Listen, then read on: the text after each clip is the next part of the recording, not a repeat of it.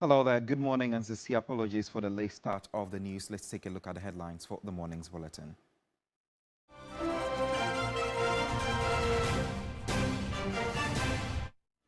In the bulletin, political parties in Africa urge to develop transformative policies that will improve the lives of their citizens.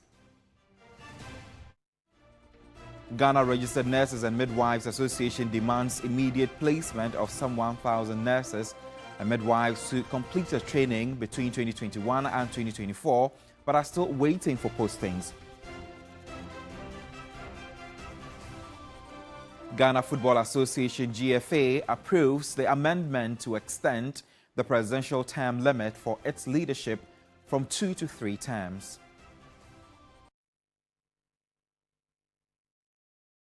We begin the program from here. Stakeholders from across the globe are calling for greater inclusion in governance, an approach they say could reshape the political landscape across Africa.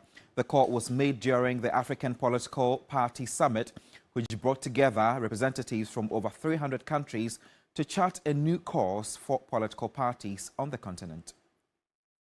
At the African Political Party Summit, political leaders and party representatives gathered to explore how African parties can renew and redefine themselves. South Africa's Special Envoy, Jeff Radebe, emphasized that Africa continues to struggle with a lack of political courage. The citizens of Africa that we serve do not eat manifestos.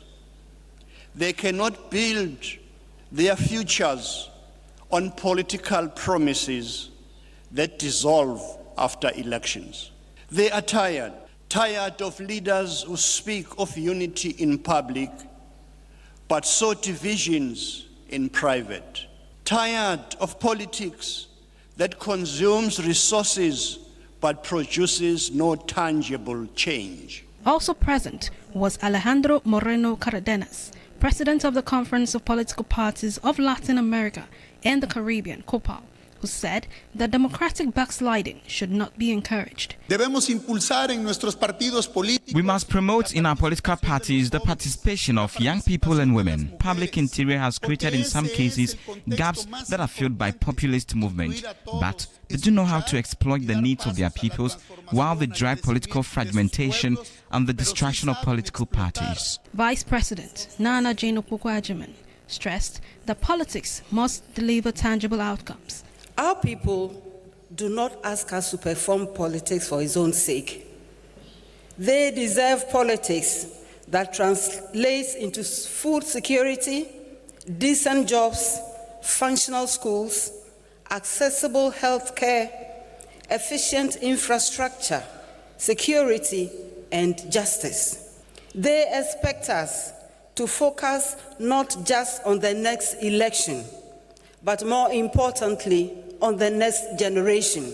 Our theme challenges us to rise above narrow interest. In a move to strengthen global cooperation, the International Conference of Asian Political Parties, ICAP, and COPAL signed a memorandum of understanding, signaling a commitment to shared democratic values and inclusive governance.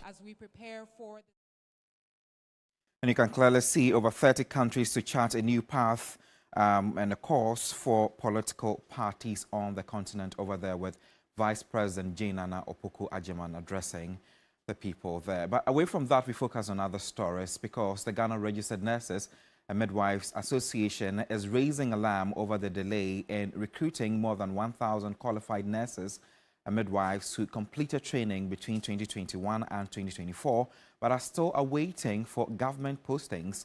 According to the Ghana Registered Nurses and Midwives Association, the delay in employing this group is putting immense pressure on the existing healthcare workforce, especially in already understaffed facilities.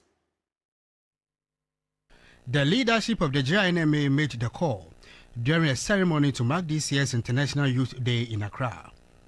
The association says, while the government has made progress employing over 90,000 nurses and midwives in the past 6 years, and another 68,000 in recent times, a significant gap remains. Vice President of the association, Samuel Akologo, asked government to act swiftly. I cannot conclude these observations without calling on the Ministry of Health, the Ministry of Finance to give the needed clearance for our 2021, 2022, 2023 cohort of qualified nurses and midwives. As they sit home, their skills are getting deteriorated. We cannot pretend to care for the health of the country if we are not ready to invest significantly in healthcare. The JNMA's youth desk also echoed the call, urging government to increase investment in the health sector to make room for more employment opportunities. Not forgetting the second batch of the 2020 year group who are yet to be employed despite the growing needs of our communities. These are not distant stories, but our stories. The stories of the young nurses and midwives in Ghana, and these stories are reflections of systemic gaps that must be addressed if we are serious about building a truly sustainable healthcare future. Other speakers at the event emphasized the importance of empowering Ghana's youth through job creation and skills development, calling it essential to building a sustainable future. The association says it remains hopeful that swift action will be taken not just to reduce unemployment, but to strengthen the country's healthcare delivery system.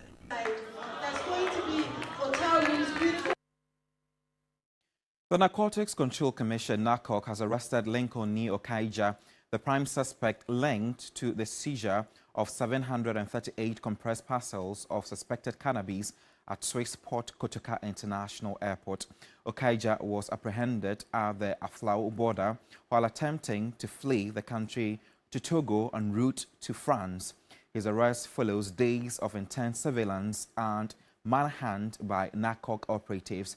Authorities say the suspect played a central role in the botched smuggling attempt and will face prosecution in accordance with Ghana's narcotics law. The Commission appreciates all who assisted and continue to support NARCOC and its operations against illicit drug trafficking.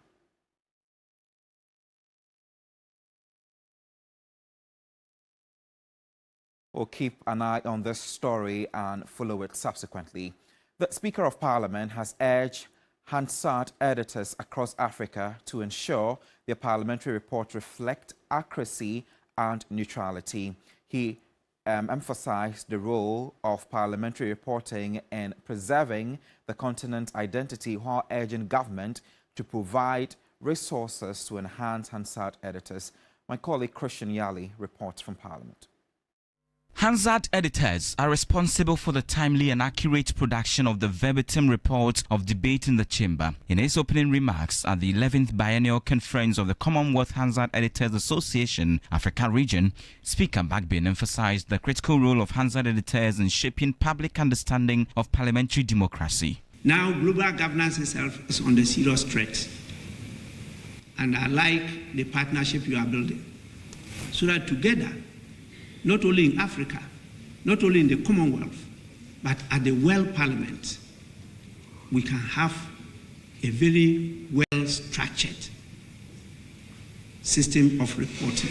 We will try as much as possible to put at your disposal the digital tools to enhance your work, to report accurately. He called on African governments to recognize and respect Hansard Department in their legislative assemblies. I would therefore want to take this opportunity to urge all governments and parliaments across Africa to provide the resources, recognition, and respect that our Hansard departments truly deserve. Proposals were made that Hansard editors and workers are allowed to join all trips and official visits of parliamentary leadership outside their respective jurisdictions, so that their work are not restricted to only the confines of the chambers in which they report from.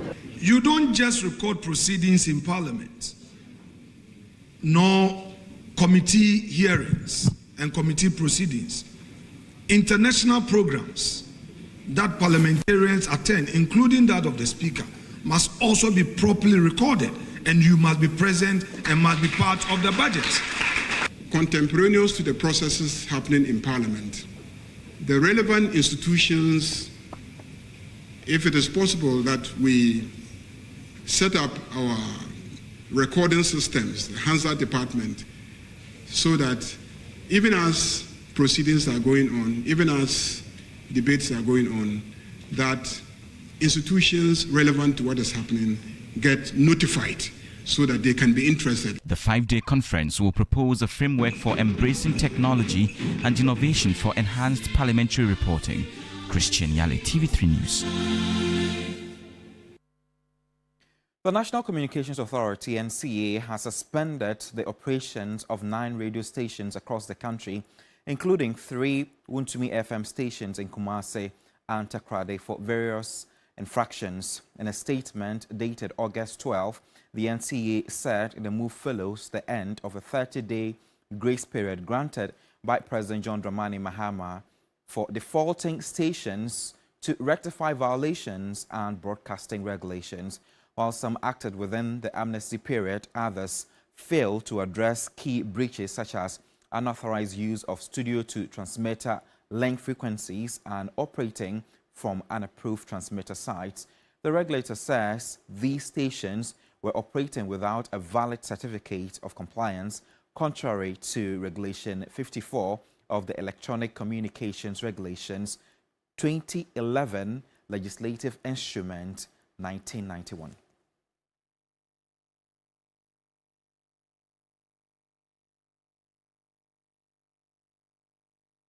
Meanwhile, Andy Apiakubi, lead counsel for Bernard Anchibosiako, owner of Wuntumi Multimedia Broadcasting Company, says a meeting has been scheduled with the NCA to resolve the issue.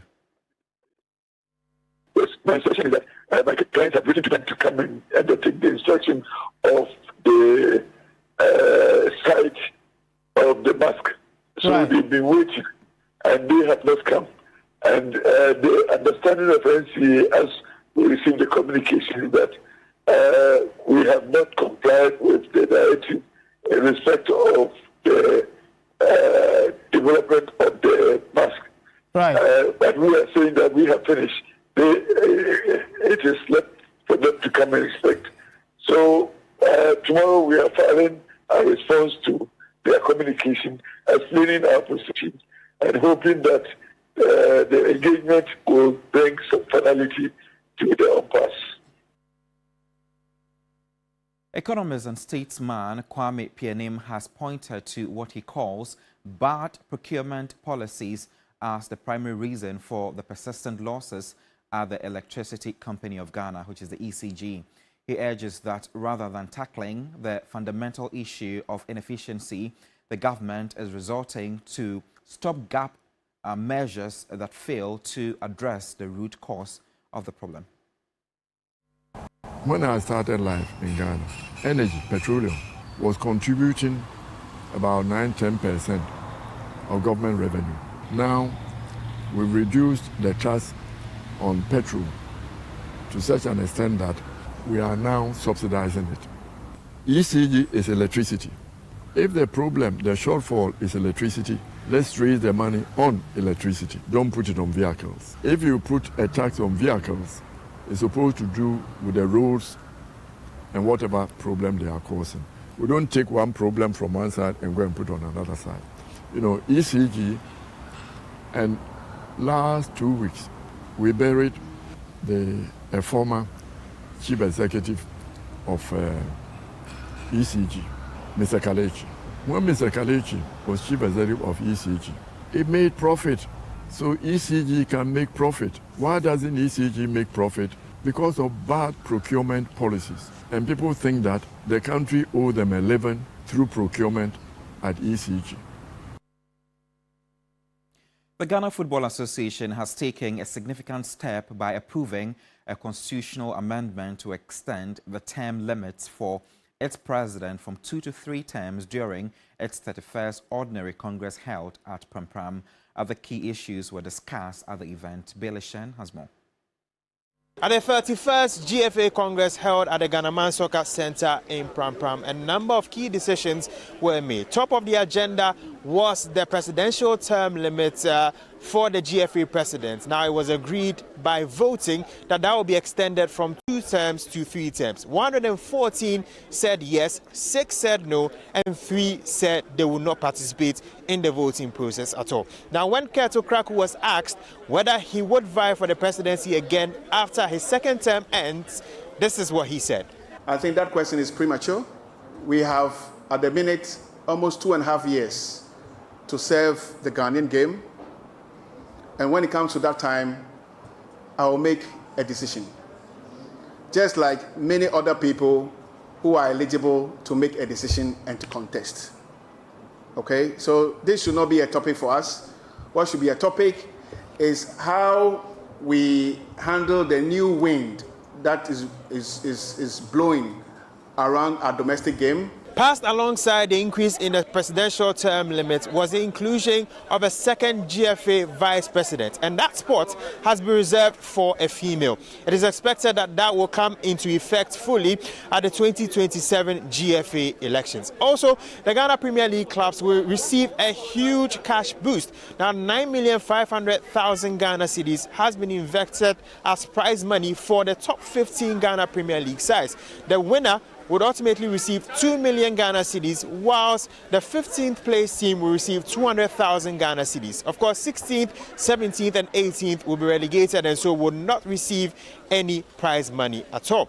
Also, the referees will receive a huge boost because FIFA accredited referees who will be participating in the Ghana Premier League will receive 2,500 Ghana cedis per match, whilst the non-accredited FIFA referees will receive 2,000 Ghana cedis per match. And finally, the sports fund has finally been approved. The president of the land, John Dramani Mahama, has approved that sports fund for the development of sports in the next few years. Billy Shen for 3 Sports from the Ghana Man Soccer Center of Excellence in Pram Pram. Now we move on to an issue that has been trending for the past week, and it has to do with the crash of the helicopter somewhere in the Ashanti region. And at the moment, the Ghana Armed Forces has been speaking in relation to how the media has been covering that. So the Ghana Armed Forces urges the media to be circumspect in their reportage over the military helicopter crash. It goes further to say that the attention of the Ghana Armed Forces has been drawn to many speculative and unsubstantiated commentaries regarding the recent Air Force Z9 helicopter crash in the Ashanti region, which claimed 8 lives on board.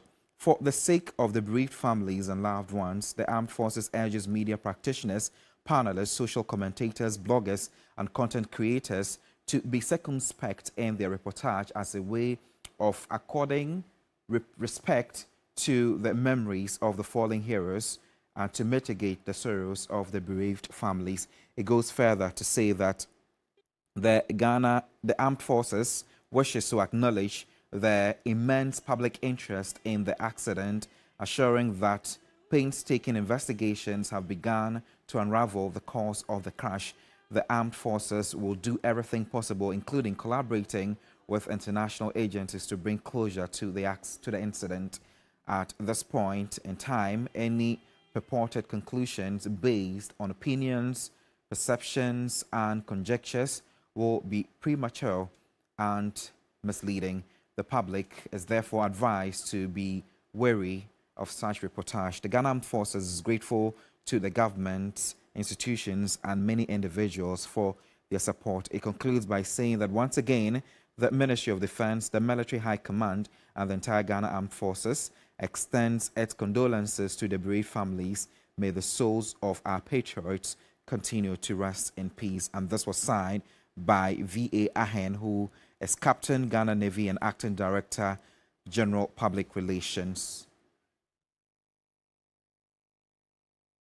And that's how we bring an end to the bulletin this morning. My name is Godwin Asidwa. For more news updates, kindly log on to TV3NewDay.com. I'll see you soon.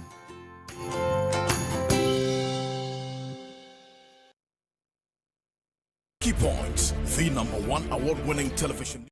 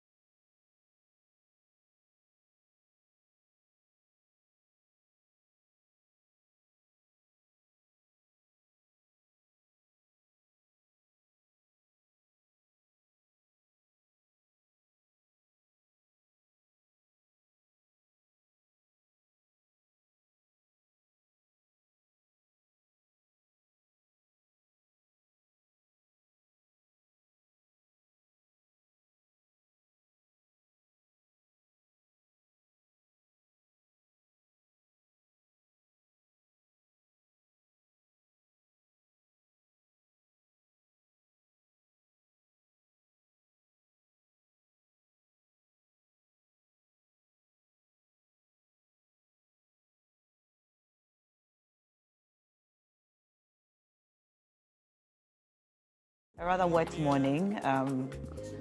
It's a solemn one too, because today marks exactly 1 week since that August 6th crash that took the entire nation by surprise, and we have been grieving since.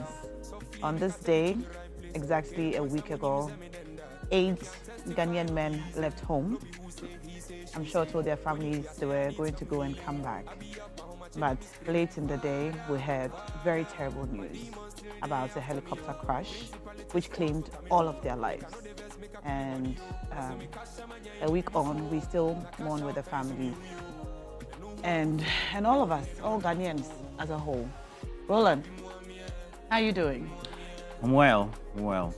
Just to think that is exactly, you know, when you just said it, then it dawned on me that, yeah, ideally there should be a 1-week ceremony or event that usually, well, for more Akan communities, they tend to do it big these days with a lot of pomp and pageantry, even though for more mundane, traditional events to mark 1 week, it's more like the family and then the close-knit friends who then sit together and have some discussions on what they intend doing, who should contribute to what, or who has something to do, and then they'll do a second one, and subsequently they'll do a last one, which finalizes everything. Of course, if you have some chieftains or some rich people in the family, by the second one, you don't do the third because they take up most of the costs. So it's usually to plan for the funeral? Yes, I mean, basically, the lexicon to use, yeah. But the reality is that looking at the nature of the disaster, and then also the incident, what culminated, and then the gloomy and horrid pictures subsequently that occasioned the public show, and then the event by way of the coverage by the media especially, and then the commentary. The government did the right thing in trying to subsequently inter them, and following that we had also an event yesterday in Tamale, again to mark the late, who's a friend of course, Murtala Muhammad, Ibrahim Murtala Muhammad. And so Friday, certainly, that'll be in 2 days, will be the funeral rite. I have to say the final funeral rite, really, because they are statesmen. Also, they were on a mission for the states subsequently. But to think that traditionally this would have been the 1 week, so to speak, then it also speaks volumes about how it is now dawning on us that, you know, for any other maybe demise or death, I mean, the families would have been arranging, even if not today, maybe by the weekend, to do the 1 week. Yeah. So this Friday, the 15th, is the date that has been announced. The Media General will be there to give up-to-date update, just like we've done so far with all the events that have been marked by the state, and then, of course, communicated ahead before time by the presidency. So. Well, so on Friday, we will bring you the coverage of the funeral rites, the final funeral rites, live on TV3 and all our other platforms. And matters arising still, flowing from the death of these 8 gentlemen. Yesterday, we heard the president say that a fund will be launched for the dependents of these men, so that their children and the people who depend on him will be taken care of in terms of their education and so on, which is a very laudable idea. We'll continue to bring you more updates on this. But in the meantime, yesterday, we had some news from the NCA. The NCA, the National Communications Authority, has suspended the operations of 9 stations. Now, this came after that, wasn't it a 30-day period, which was allowed for all of those who had not properly done, procured their licenses or renewed their licenses to regularize them. The president gave them some time to do this. Well, not all of them were able to do so. And following that, their licenses have been suspended. We'll bring you more information on that as well. But let's take you through exactly what we're bringing to you today on the show in terms of our lineup. First, of course, we'll bring you this morning, and then we'll go on to Johnny Hughes, who brings us Johnny's Bites from the 3FM studios. And then we'll come back to our television studios in here, where Roland will bring us big issues. What are we talking about? Well, so there are a number of things that we have to take a look at, and it's also very critical for all of us to avert our minds to what the narrative has been in the public domain, a lot of conspiracy theories, etc. But we clearly want to look at what sort of investigations are being undertaken, because on the discussion platforms publicly, whether it's social media, etc., people want to know. People also want to have regular updates, and we know that the Ghana Armed Forces, through a release by its director for the public directorate, has issued a statement that the media should be cautious, etc. But it's all part of the pent-up feelings, the lack of information flow that is also culminating the public opinion just going out of gear. And so we want to take a look at those investigations, what ideally should have been done or should be done in such circumstances, and then what the standard operating procedures are for the Ghana Armed Forces. And so we're going to have Colonel Festus Abuaje retired. He's done extremely well alongside Wing Commander Sobojo. And of course, we're having Zato in the studio.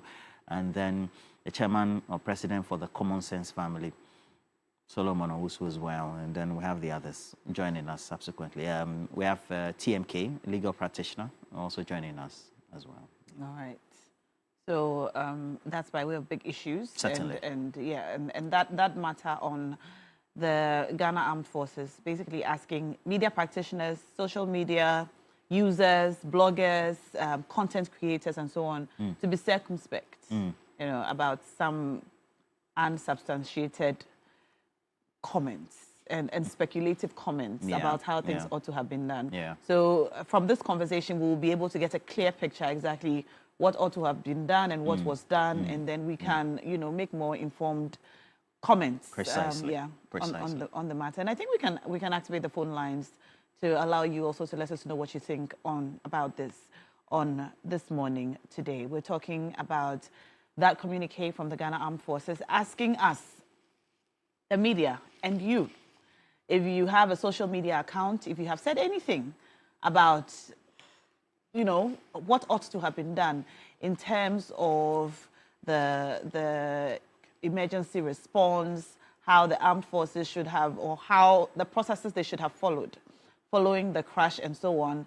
There have been a lot of conspiracy theories back and forth. We've heard a lot of them. We'll get into that on big issues. But perhaps we should come back to our problems in the media for this morning.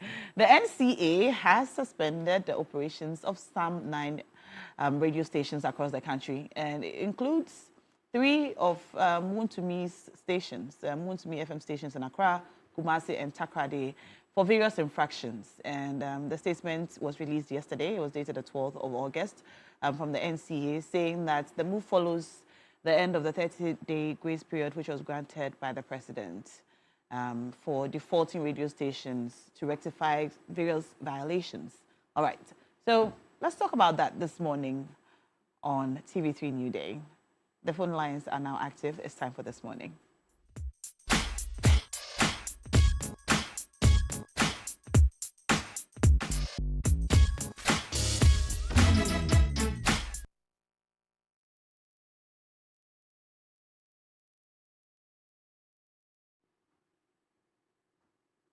And by the way, you can also win big on the show this morning, as always, with cash out.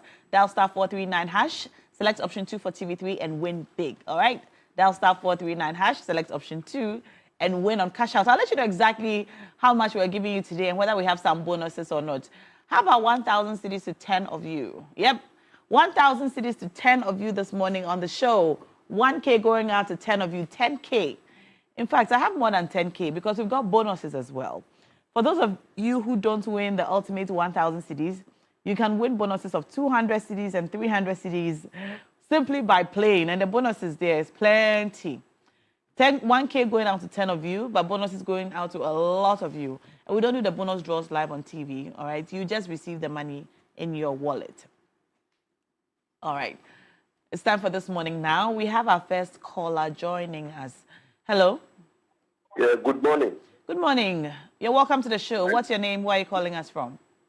My name is Issa Bole, calling from Bole. Welcome to the show. My name is Issa, calling from Bole. Issa, I can hear you. Great to have you. What are your thoughts on the suspension of these licenses? Yeah, my sister, I want to talk about the debt. I think we Muslims will say, "Kullu nafsi zarikati maut." Yes, I say we Muslims will say, "Kullu nafsi zarikati maut." Every soul will taste death. I think this our noble brothers, Mutala and Alaji Mudiru, I think may Allah grant them a Jannah to Firdaus. I think we the living, we are the testimony for God. If you listen to what people are talking good about them, I think they'll get Jannah to Firdaus. And then we to the living, we should bear in mind that human beings, we should love one another. And the way Mutala has championed Islam, I think is I can't describe it. He was behaving like he was a sheikh, a scholar. And I think the life is not long, it's short. And then the funeral to see how Muslim is, everything is simple. I think the world is nothing. That is the message. May Allah grant them Jannah to Firdaus. Amen. May Allah forgive their sins. May Allah forgive them. I think it's sad. It's sad as a Muslim brother. The way this guy always stood on Parliament, quoting Quran. I think these are our brothers that are educated. I don't see them doing this, apart from this guy, Mutala. They don't behave as if they are Muslims. It's not only prayers. It's about actions, prayers. You know, telling the people that this is good, this is good. I mean, when the kids are watching television and they see that a member of Parliament or a minister is quoting Quran, I think they will see that this is a good thing. I think it's sad for us, and we the Muslims, I think we've lost greatly. We've lost a lot. May Allah grant them good peace. Thank you, my sister. Thank you so much for the call. We appreciate it. You can also call us. The phone number is on the screen. We're talking about the suspension of the licenses of some 9 radio stations, including 3 of Wuntumi FM's stations in Accra, Kumasi, and Takrade for, various infractions. They were given an opportunity, I beg your pardon, to rectify some violations of broadcasting regulations. They were given 30 days. They've not been able to do so, and so their licenses have been suspended. We got this information yesterday. This announcement was made from the NCA, and following that, we received a lot of commentary from various people saying various things. The stations which have been affected include Don Plus Media Limited, Dreams Ghana Media Limited, Jam Multimedia Limited, Jewel Group Limited, Bandai Star Community Radio, Unique Gateway Communication Limited, and then 3 of Wuntumi stations with frequencies 95.9, 101.3, and 101.3 in Kumasi and Takrade. We have another caller joining us now. Hello? Hello? Yes, sir. Good morning. What's your name and where are you calling us from? I'm calling from Michelle Camp. My name is Derek. Derek from Michelle Camp. You're welcome to the show. Please, I want to know why they are giving license to active politicians. Why not? See, if you listen all the radio stations now, they influence what they say on the radio is pure political. So to withdraw some of the nonsense they are not doing right, I think they are the right way. Because they put, there's a lot on the system which is not true. We can see it generates a lot of confusion with the youth in the town. So I think if they can do well, it shouldn't be political. That's my view. Thank you very much. Okay, well, he's saying that politicians should not be given licenses to operate radio stations. Yes, those you're still active there? Politicians, yes. Oh, okay. I think, yes. I see. I don't think there's any regulation which bars politicians from holding licenses. There are signs. That's our problem. See, some of the loophole in our constitution, politicians they take advantage on those things too. Okay. Yes. I appreciate your call. Thank you. Thank you so much. Expressing a concern there. Do we have any comments? Well, we have a couple of comments. This one is coming from Osei Boateng, who says that the problem with Ghana is that when one regime comes, you find that radio stations affiliated to parties or individuals will be closed down. Remember Radio Gold closed down? And that was, between the periods 2017 and 2024. And so the same things are being done, even though they are assigned reasons. You could see clearly that these are politically motivated. We should learn lessons from these. We say we have free speech, but sometimes you listen to some of the radio stations and then the utterances of individuals communicating for their parties just do not only pollute the moral fiber of a country, but also set very bad examples. Just look at what is being said about the current helicopter crash with individuals going live on TikTok and other social media platforms, wishing the president was dead, or even Sami Jemfi, for example. Yet you have their leaders in the various political parties not cautioning their followers to be very decorous in their utterances. Very important there. All right, we have another caller joining us now. Hello? Hello, good morning, Ma. Good morning, sir. What's your name and where are you calling us from? I'm calling you all the way from Upper West Region. Wow. Good morning and welcome. Greetings to everybody watching us from WA. We know we have a lot of viewers in WA. We send our love this morning to you. It's not easy. We are taking the whole of Upper West Region. Lovely, lovely, lovely. Yeah. All right. My name is Easy 24 Hours.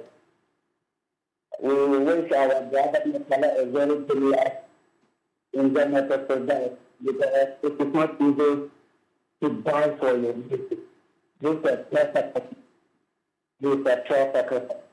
Then let me say good morning to the Wala. You're going to 24 hours. And now the issue of revoking before the issue, this is not the beginning and this is not the end. You understand? After I have taken new individuals and leaders the issue, you understand? But my problem with the issue is that why are they not setting back radio stations and TV stations that in TV states that people to be talking to us? You are aware. You are having TV stations in this country every day. They will do 20 minutes and 20 minutes and now radio stations are still in TV stations are still the place. You are having TV stations telling people that they keep on. They will do money for their government. They will still arrest them. Why the NCA is not attacking those people? These are people who are spoken next to this country. All killing people in this country is about this people. It's about this people. So I'm begging from them that they should do something about this issue. I am having problems to let me to TV station or radio station down. I don't have any problem. But these people are killing people problems today. And these are country. And you know what I said about this? If I said I will not have TV stations, you will not take for quality in often. You understand? So you want the NCA to keep this issue for us. So we don't have problem. But let me say good morning to Elijah Jackson and move about it. Thank you. All right. Thank you so much. Thank you. We appreciate your call. You can also call us. And special greetings to all of you watching us from WA this morning. We get a lot of your messages as well. Keep them coming in and keep the calls coming in as well. We appreciate you. All right. We have more comments. Well, we have a couple of comments coming through. And this one from Kalniado, who says that there's a vigil that is slated for the 14th of August. And it's being organized by the National Union of Ghana Students to commemorate the passing of the 8th in that crash. And it's going to be at 5:30 p.m., the 14th of August. And today is the 13th, so that certainly is tomorrow. The venue is going to be the University of Ghana Gate All right, so just in case you're interested, make sure you make your way there. Prince Henry Kofodia says, closing radio stations and the frequency is something I'm against, but the way we have taken this democracy we're enjoying for granted in terms of what we say on radio and television and social media, and also not renewing our licenses, is very, very bad. All right. I'm saying good morning to Alhaji Jibril of National Security in the Tema Enclave, as well as the Managing Director of the Tema Oil Refinery, Edmond Combat. Of death, I will fear no evil, for you art with me. Thy rod and thy staff, they comfort me. Thou prepare a table before me in the presence of my enemies. You anoint my head with oil, my cup runneth over, and surely goodness and mercy shall follow me all the days of my life. And I will dwell in the house of the Lord forever and ever. Amen. Assalamu alaikum. It's Wednesday. Welcome to Johnny's Bite. Today is the 13th of August. Forgive me. Let me begin by saying thank you to Grand Park Clothing in Dansoman, in Kigali, and some other African countries for making my wonderful dress. And then also thank you to all of you who spend time to watch Johnny's Bite, who share the content. Bishop Matthias, good morning to you. And to all of you who make it a point to distribute our content around the world, to all the radio stations across the country and beyond who make sure that you are distributing this content. Thank you so much indeed. We are partners together for national development, and I don't take your partnership for granted at all. Now, the Ghana Water Company Limited wants me to inform you, for those of you who are in Accra West, that there's going to be some repair works on 36 pipeline supplying water to from the Wager treatment plant to the western part of Accra. The areas to be affected include Kolebu, Dansoman, Mamprobi, Choko, Malam, Bawe, Ablekuma, Kwashiman, Awoshi, Soutuom, Santa Maria, Tesano, Abeka, Kaneshi, Odoko, Dakuman, and the adjoining communities. I'll go over the communities again. Kolebu, Dansoman, Mamprobi, Chako, Malam, Bawe, Ablekuma, Kwashiman, Awoshi, Sotom, Santa Maria, Tesano, Abeka, Kaneshi, Odoko, Dakuman, and the adjoining communities. It will be from this morning, 6 a.m., all the way to 5 p.m. So please take note that the Ghana Water Company, Accra West, and I just got this message this morning. So, Solis, good morning to you. Now, yesterday at the final adwa of my good friend, the Comrade Murtala Mohammed, the Minister for Education made a public statement that gladdened my heart. First of all, I knew that Comrade Murtala was taking care of some people or funding the education of some people. But I did not have an idea that there were 47 medical school students as part of the pack. 47 medical school students.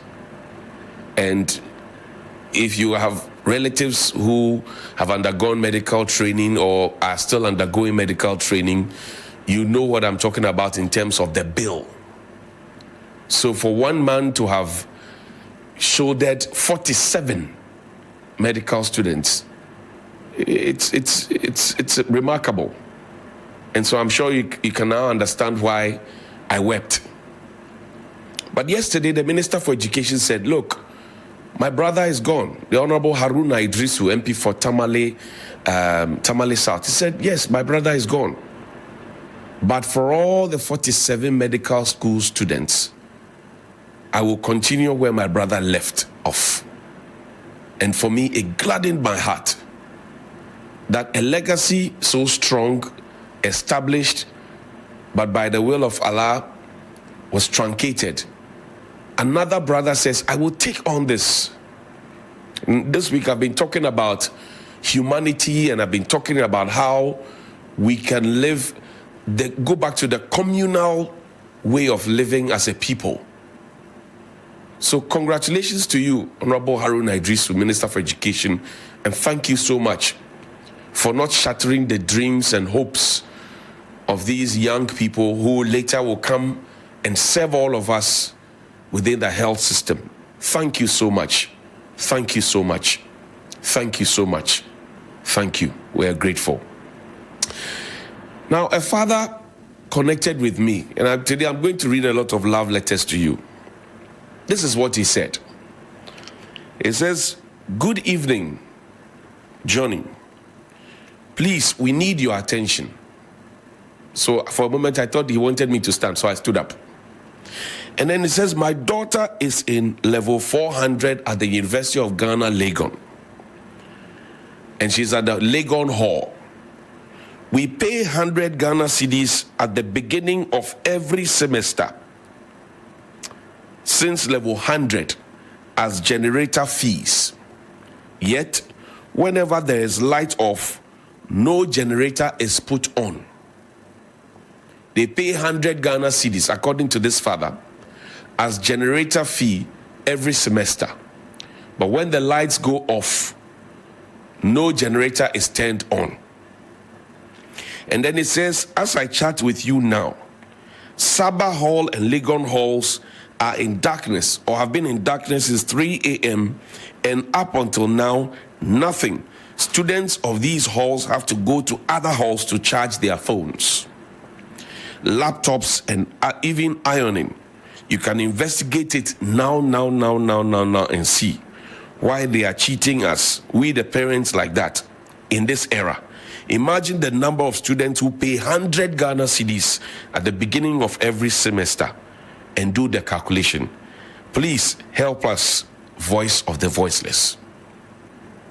So this morning I come in peace to ask our friends at the University of Ghana, Legon, that is it true that you take 100 Ghana cedis from the students?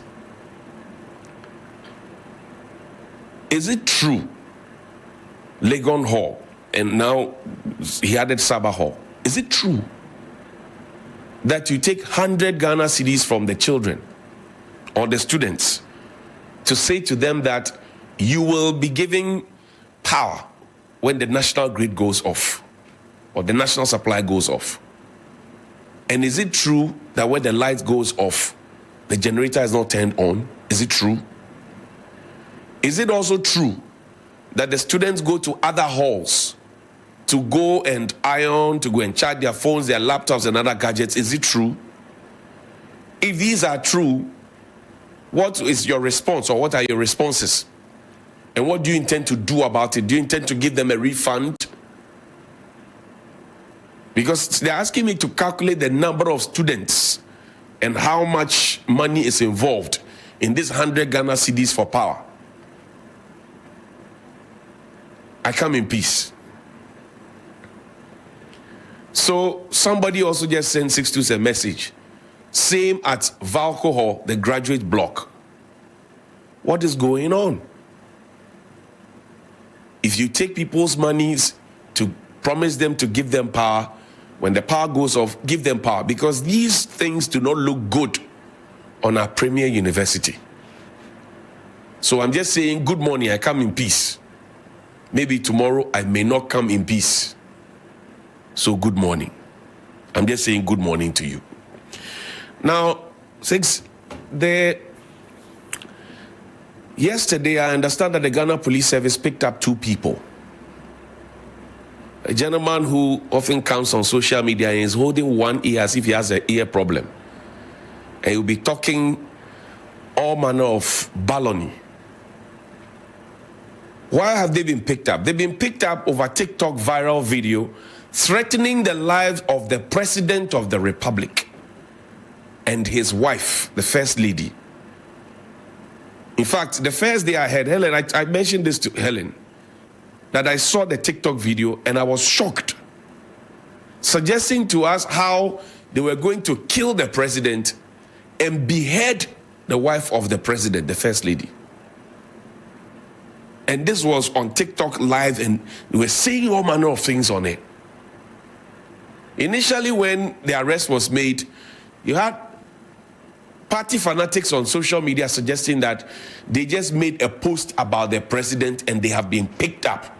You see misinformation and disinformation. In the last administration, we spent a lot of money under the watch of Kojo Oppong-Nkrumah. Misinformation, disinformation, to the point of suggesting that some of us as journalists, or we journalists, do not know how to do our work. I agree that some people have excesses. But we spent a lot of money on misinformation and disinformation in this country. So when I saw some of the people who were supporters of this whole campaign against misinformation and disinformation suggesting that, oh, the people just put up a post about the president and they were picked up, I got angry. I said, what is this government doing? These are the very things that we complained about. Why would you repeat them?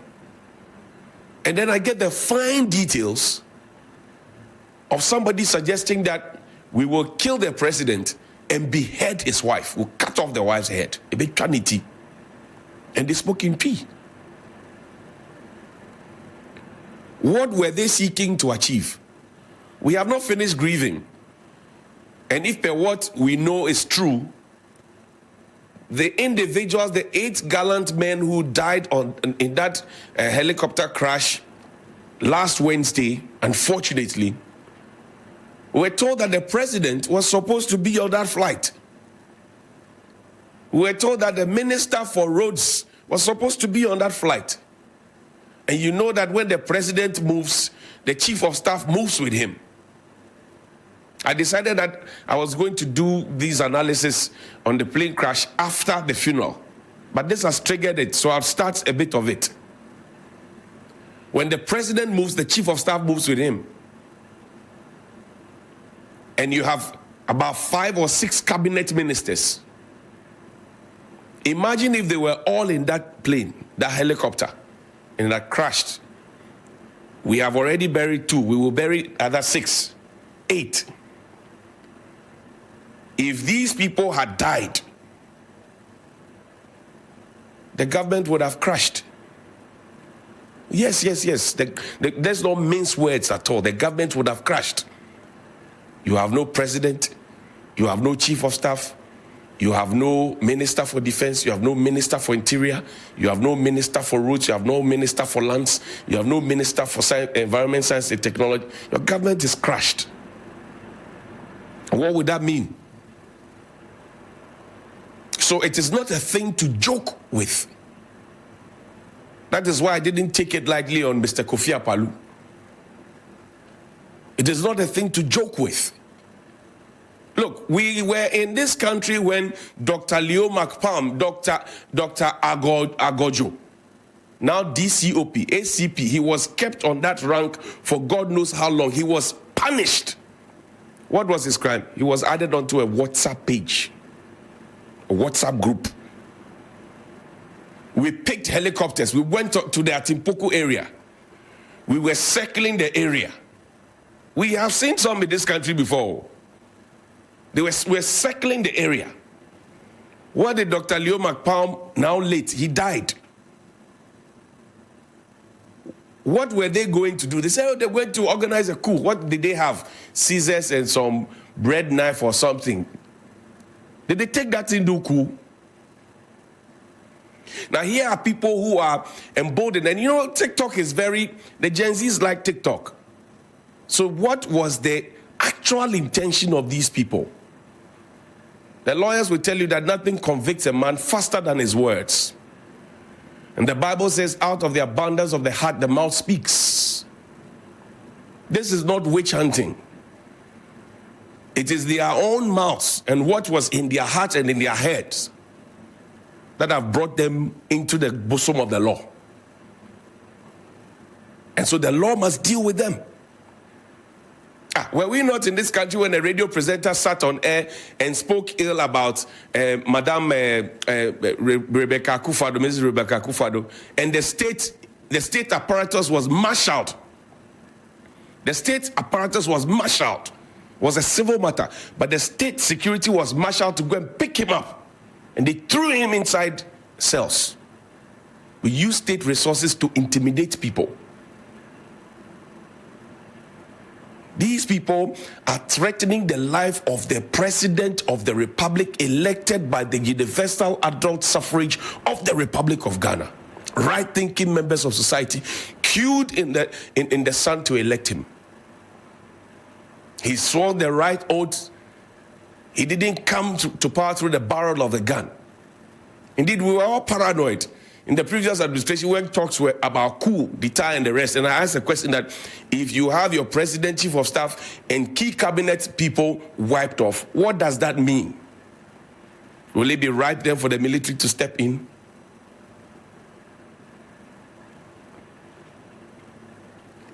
Do we suspect foul play? I'm only asking questions. I am only asking questions. So these individuals who have been picked up by the police, they must be made to talk.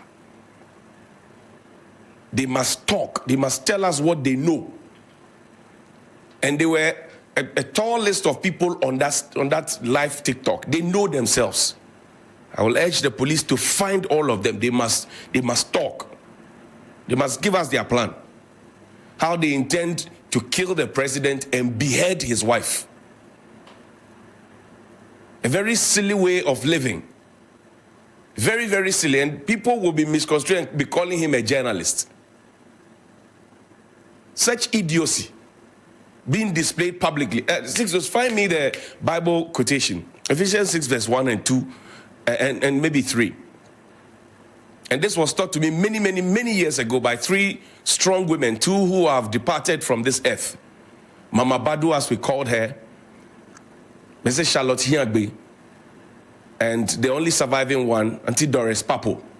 They taught me this in Sunday school many, many years ago, along with Flight Lieutenant Takia Boy and many others. We were taught this. Ephesians 6, chapter 1 and 2, and I'm sure that the 2 who have been arrested and all the others who were wishing death on the president and even making fun of people who had died. Such insensitivity. Such insensitivity because of cheap politics. And you won't have elders in the political party call them to say, come back. I mentioned it here. I said, look, until a time when the MPP goes back to the values and the principles. Come to me, please. Let me say this before we read the Bible verse. Until the new patriotic party goes back to the values and the principles that set up the party, they would miss the boat all the time. I beat my chest and say that when you read the MPP's constitution, the signatories, Mr. Odoi Sykes, that's my direct grand uncle. Not be half-half. My grandmother is Susanna Odoi Sykes. Direct. It's not half-half. Straight. Where was it signed? I said until the MPP goes back to the values and principles that form the party, they'll miss the boat. Such idiocy that has been displayed by these 2 and those who were with them. How does that fit into the ideology, the values and principles of the MPP? How does that fit into it? Indeed, if you call the 2 and ask them what the overarching principle and the ideology of the MPP is, they won't know. They are just interested in Ishi Rado. The elephant is a winning symbol. We shall win to save Ghana. You can flip the coin. There are people in the NDC who also just know what do you call age or bodo. That's all they know. We must rise above the noise. It's Ephesians 6, verse 1 to 3. It says, children, obey your parents in the Lord, for this is right. Children. And children is used both figuratively and literally. Children, obey your parents in the Lord, for this is right. 2, honor thy father and mother. The president is old enough to be their father. The first lady is old enough to be their mother. Seeking to kill them and behead them, how does that bring them honor? Honor the father and mother. which is the first commandment with promise. The first commandment with promise. And so my friends will tell you, no matter how angry an elder makes me, I restrain myself. I'd rather not talk and maybe walk away. If it's within the professional space, I can make my points forcefully. But if I see there's a block here, I won't push further. Honor thy father and thy mother, which is the first commandment with promise, that it may be well with thee, and thou mayest live long on the earth. It is there in the Bible. When you honor your father, you obey, you honor your father and your mother, it's the first commandment with promise. It will be well with you, and you will live long on the earth. And ye fathers, provoke not your children to wrath, but bring them up in the nurture and admonition of the Lord. It's a two-edged sword. It's a two-edged sword. Children have a duty, the fathers also have a duty. That's why some time ago I asked, where are those who are supposed to be telling us, thus says the Lord? Where are they? Where is the conscience of the nation? To the point where people can now publicly say and publish saying that we want to kill the president, or we will kill the president and behead his wife. And they were jubilating about the death of some other Ghanaians who were in the line of duty trying to help us all to reverse a bad trend called Galamsey. The nation is sick. Oh yes, the nation is sick. Sunday cometh. We will dress up nicely and go to church. Some of the people who liked the content that was shared, they would dress up and go to church. But in their hearts, it is so wicked. So the law should not forgive. The law is the law, and the law must deal with them. They must come and tell us what their plan is. For you to have that boldness to say, I want to kill the president and behead his wife. You must have gonads of steel. And those gonads of steel will be put in the smelter. Or they ought to be put in the smelter. Let's wrap up with the NPA, please. The National Petroleum Authority. They have some information that I want to share with you. Put it up, please. The NPA notice. That's what we're wrapping up with. It is so annoying. So annoying. So annoying, so disrespectful, so dishonorable. The National Petroleum Authority says that it has come to its attention that some persons are engaged in illicit storage and marketing of petroleum products. These persons are by this public notice cautioned to comply with the regulatory requirements necessary to operate in the petroleum downstream industry. Reference is made to Section 11 of the National Petroleum Authority Act 2005, Act 691 as amended. 1. A person shall not engage in a business or commercial activity in the petroleum downstream industry unless that person has been granted a license for that purpose by the NPA board. 2. The business or commercial activities of the downstream industry in respect of crude oil, gasoline, diesel, liquefied petroleum gas, kerosene, and other dignified petroleum products include A. Importation. B. Exportation. C. Re-exportation. D. Shipment. E. Transportation. F. Processing. G. Refining. H. Storage. I. Distribution. J. Marketing. And K. Sale. Qualification for license. Section 12 of Act 691 as amended states that a license under this act may only be granted to A. Ghanaian, or B. A foreign company in a registered joint venture relationship with a Ghanaian in accordance with the Ghanaian content and Ghanaian participation requirements. Display of license.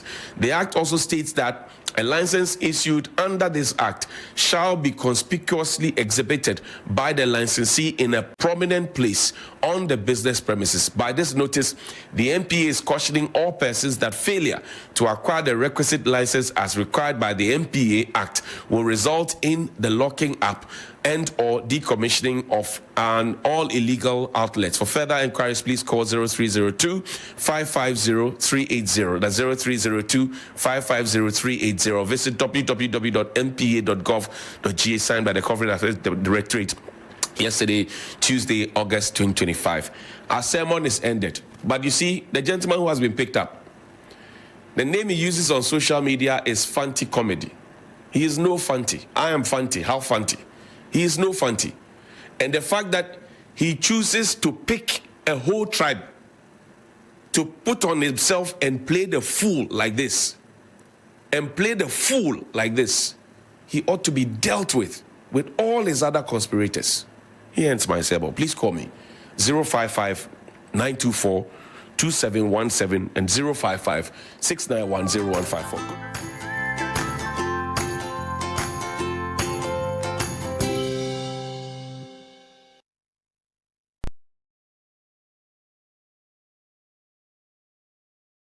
Yes, next.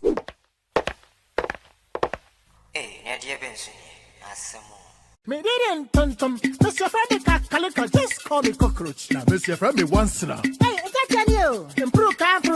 Yeah. Captain Mosquito, double the action.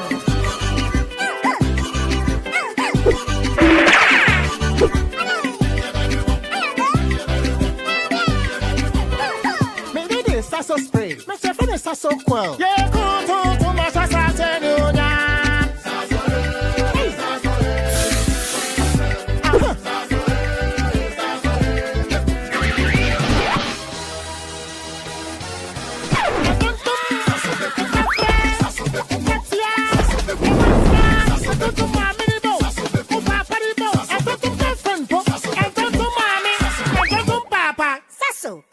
Tum preko.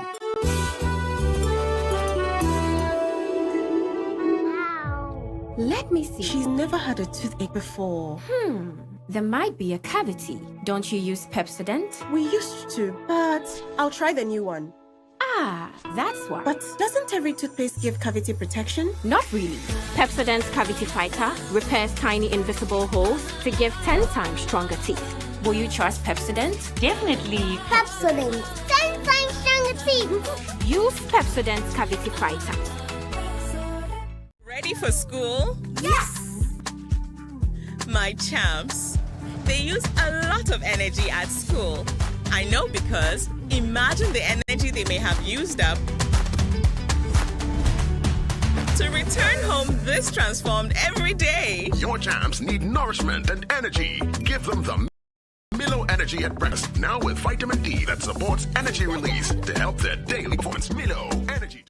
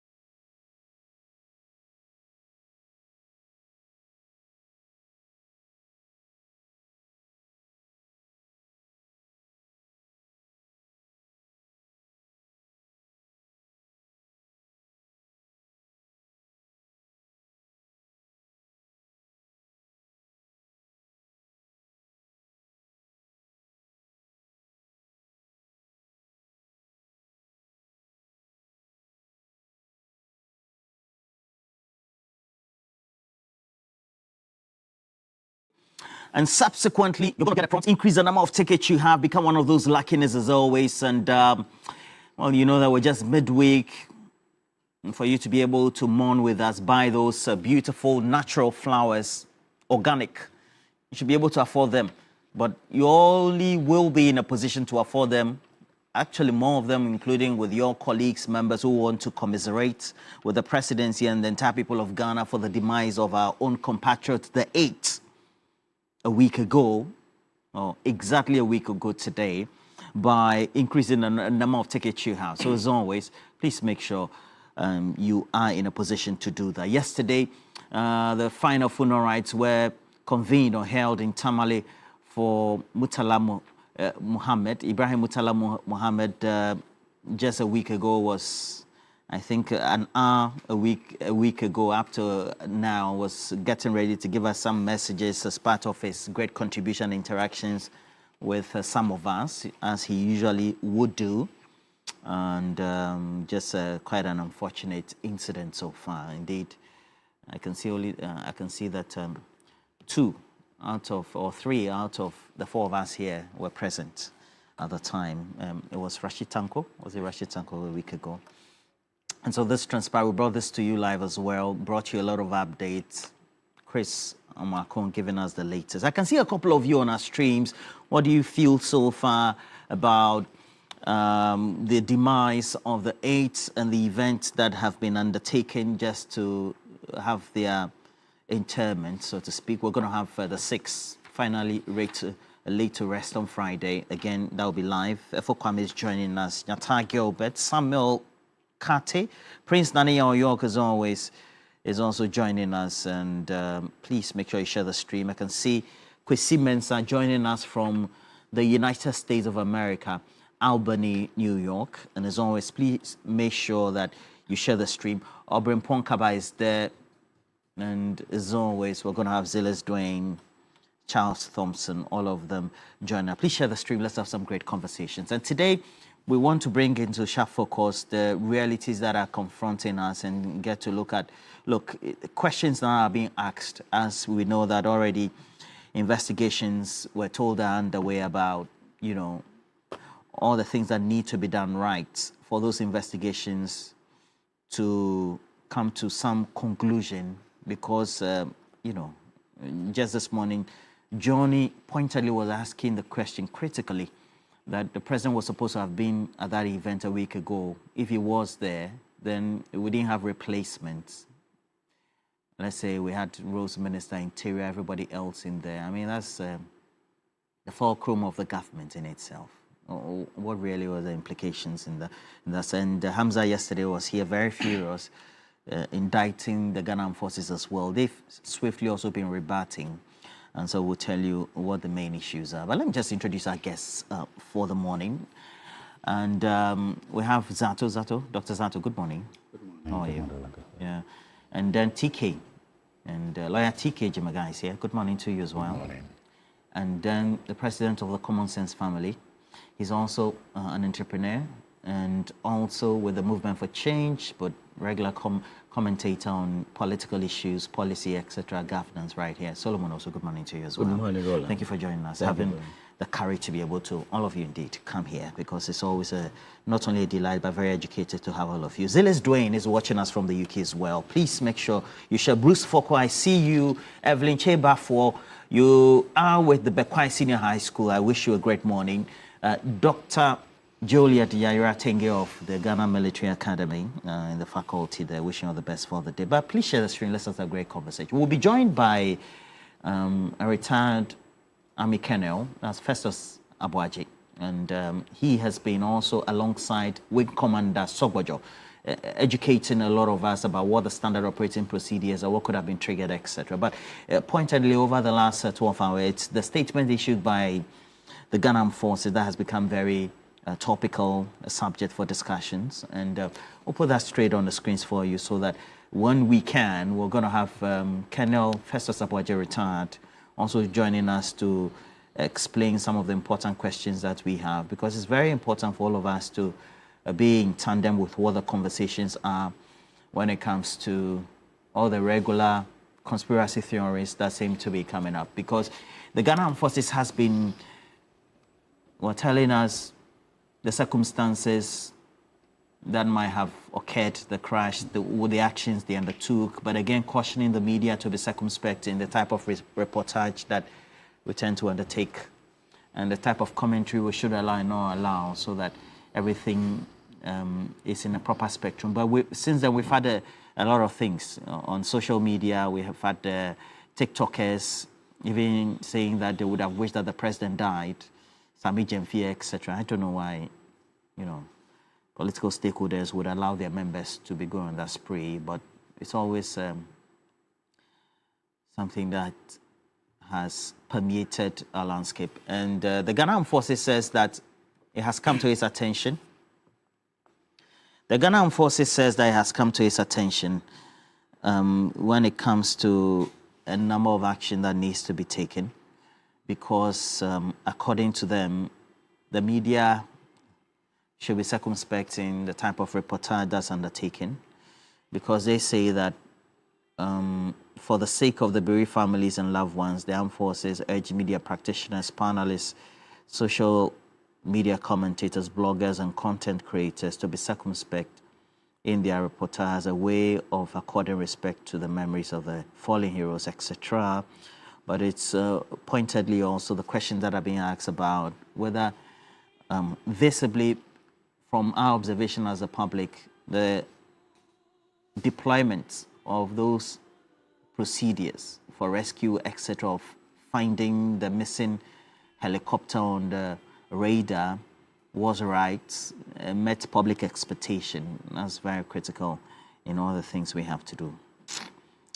Very sad period. But so we have the questions being asked.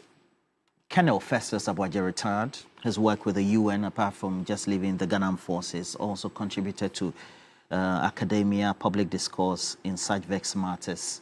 And good morning. You've joined us on the line. Good morning to you. Good morning, Roland. Thanks for having me. Great.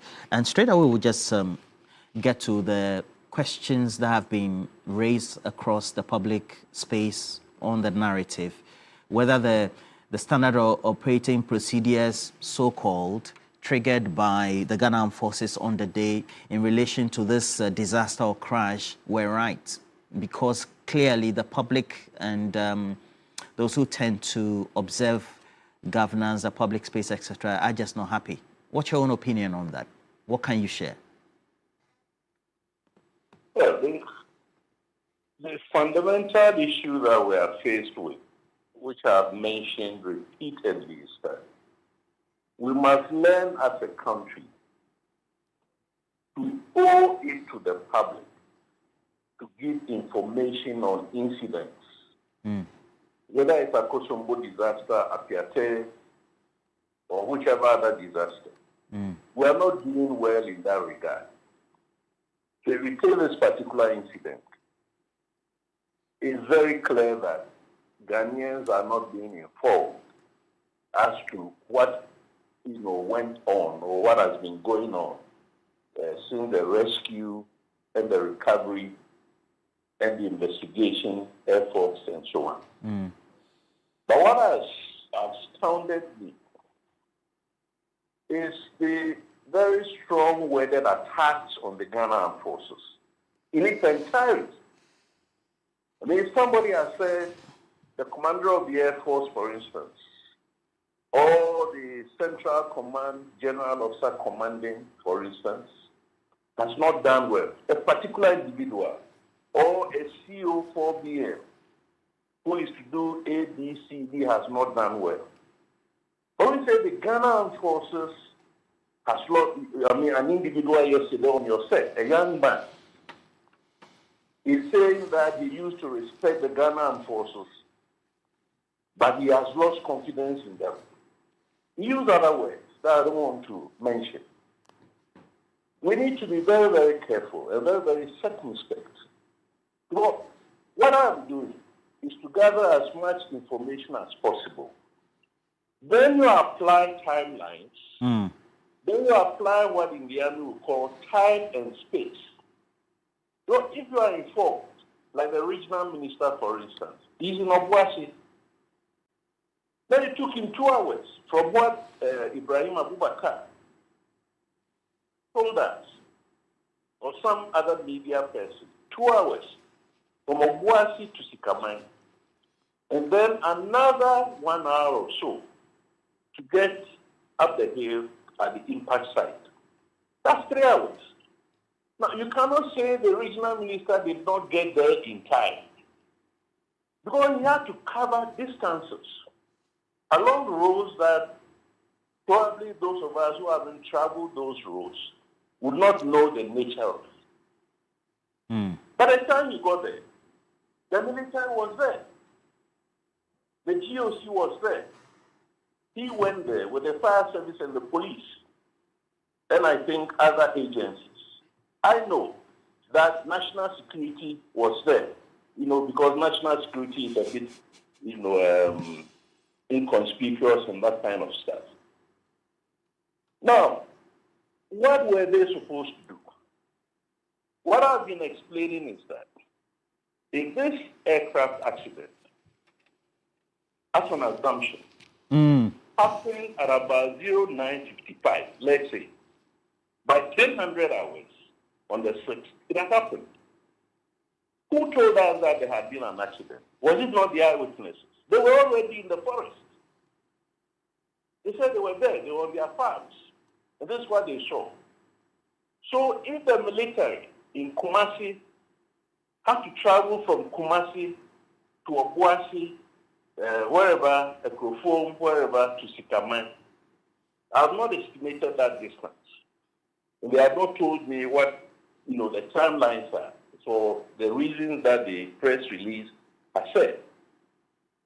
So it also took them time to get to Sikamai.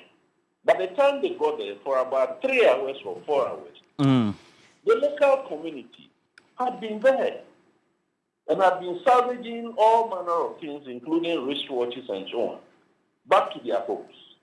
So the initiative to control the crash site was lost, not because the military did not deploy, but because it took time for the military when they knew, based on the protocols.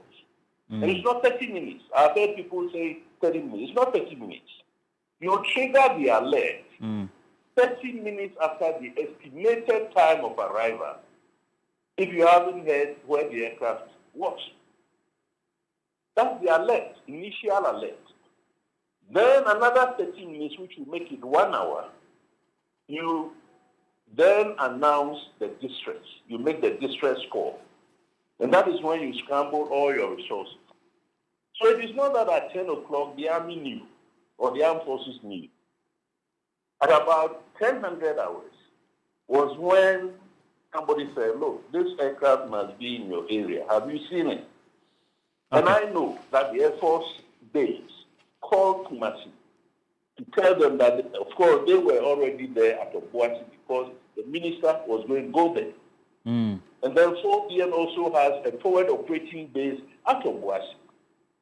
So they were looking for the plane around Longclay Sports Stadium, where the incident and the landing should have been. Then they went to Ashanti Gold airfield, on runway. They didn't find it. So it was about 1100 hours that any effort to go to Sikamai, because by that time, based on what the media had told, had started telling Ghanaians, or other sources of information like BNI and so on and so forth, or say NIB or National Security, the military moved to the area. They had lost control, or they had ceded control of the area to the civilians because they were not there from the start. The civilians, the local communities were there. Now somebody says, why didn't they sack them? Okay. Look. Canel. Yes. Yeah, I know the terrain was very vegetative, very forested. Now, are you saying from the time that you lose the signal of the aircraft on the radar monitoring device, or system, you trigger that after 30 minutes, after you find him missing? Is that what you're saying? 30 minutes after the estimated time of arrival. Okay. If it's not a distress call. Okay, so let me ask. So if the flight time was 8 hours, and then 1 hour into the flight, the aircraft goes missing, you're saying you have to wait till the 8th hour, 30 minutes after the 8th hour. Is that the procedure? Let me give you the context. Please do. In this particular instance, the helicopter went off radar 14 minutes after takeoff. 14 minutes. Now, 14 minutes from Accra will be somewhere in the eastern region. Definitely not Ashanti. When the crash happened, the flight had gone on for 41 thereabout minutes. Probably longer. The flight was about 3 minutes from Obuasi from the impact site. So from the 14 minutes when it went off radar, the plane was still flying. And I'm explaining and I've explained that when a plane goes off radar, it does not mean that the plane is lost. Okay. All it means is that it is off radar because terrain features, like if you are in the area of Nkoko, somewhere around Nkoko, the terrain features, the equipping scarf or whatever, can, cut the line of the radar to pick the aircraft. So Ghanaians must not assume that when it went off radar 14 minutes after the flight, it meant that the plane had crashed. If it crashed after 14 minutes when it went off radar, then it would have crashed in the eastern region. But we know that it crashed 3 minutes flight from Obuasi. So it was flying. We have also got evidence yesterday on whichever news channel that the MC was saying that he was talking to some of the passengers or some of the persons on the flight. So it is not that because it went off radar, it had encountered some emergency, that kind of. That's not what the MC said. They had a normal conversation. Oh, don't land here, go and land here. So the protocol is that if you, Roland, are going to Kumasi, and we know going to Kumasi will take you 3 hours, and you left at 0800, we expect that by 1100, you should be at Kumasi. Okay. So if somewhere along the journey you are not talking to us, we don't assume that you have crashed. We wait until 1100 hours. We haven't heard from you. The people in Kumasi who are expecting you have not seen you. Other people have not sighted you. Then an alert is raised that this aircraft or Roland should have been at Kumasi at 1100. He is not there. Can you probably look around to see whether you can find Roland? Then another 30 minutes, 1 full hour, by 1200 hours is when the distress call will be made. That probably Roland has had an accident somewhere, and we now deploy resources to look for him. That's the standard procedure. And I'm saying that if you follow those protocols and you have the necessary information, certain stakeholders, the Ghana Armed Forces, the administration, the political administration, regional minister, and others, national security, for instance, National Ambulance Service from Kompanochi Teaching Hospital, National Fire Service, all of these stakeholders were playing certain roles. If you don't find out what they did in time and space, many Ghanaians wouldn't know. For instance, that the armed forces, and I had said on another channel on Saturday that the Ghana Armed Forces or Ghana Air Force should have deployed a second helicopter. Unbeknownst to me, the MI-17, which is based at Tamale for Boko crisis duties, was flown to Kumasi. But by the time it got to Kumasi, it was already known that the crash had occurred at this particular place. So it was no longer necessary to fly the MI-17 And for the purposes of this debate, because people are very skating about the armed forces, these are the only 2 aircraft that the armed forces have, which can fly in the air, the Mi-17 and the Z9. The rest of them are all on the ground. You mean, when you say on the ground, they are grounded, technically? No, you can have something. I mean, somebody can have 3 cars, but only one will be running on the road because the other 2 have issues. Okay. Battery issues, tire issues, whatever it is. Okay. Okay. No one is going to do all right. I know that the disability of the equipment that the Ghana Armed Forces has over years, not over the last 8 months, over years has been an issue. Look, even the Russian-Ukraine war, this Mi-17 that I mentioned, and Ghana Armed Forces has more than one. I will not mention the quantity. Finding spare parts for the Russian-made Mi-17 is an issue because the war broke out between Russia and Ukraine. America imposed sanctions and said any one of you who are not Russians who collaborate with Russia in any way will suffer consequences. So Ghana cannot go to Russia and buy parts for the planes that we have. Those are issues that, none of us knows. So I'm trying to suggest that before people open their mouths, like yesterday, on the set where you are, and blatantly, a young man blatantly accusing the armed forces, saying that he has lost confidence in them. They are no good. You must be very, very careful. Find out what the armed forces has. All right. What it has done with the resources. Okay, Colonel, with a disaster of this nature and looking at how there's multiplicity, there's the plurality, and the platforms are available for comments to be made, whether technical, well-informed, or opinions, you would say that the physical exhibition by way of the response to this emergency or crash by the Ghana Armed Forces, I mean, its totality to this emergency, will send a signal to the public to make an opinion, well-informed or not, about how well the Ghana Armed Forces responded to this.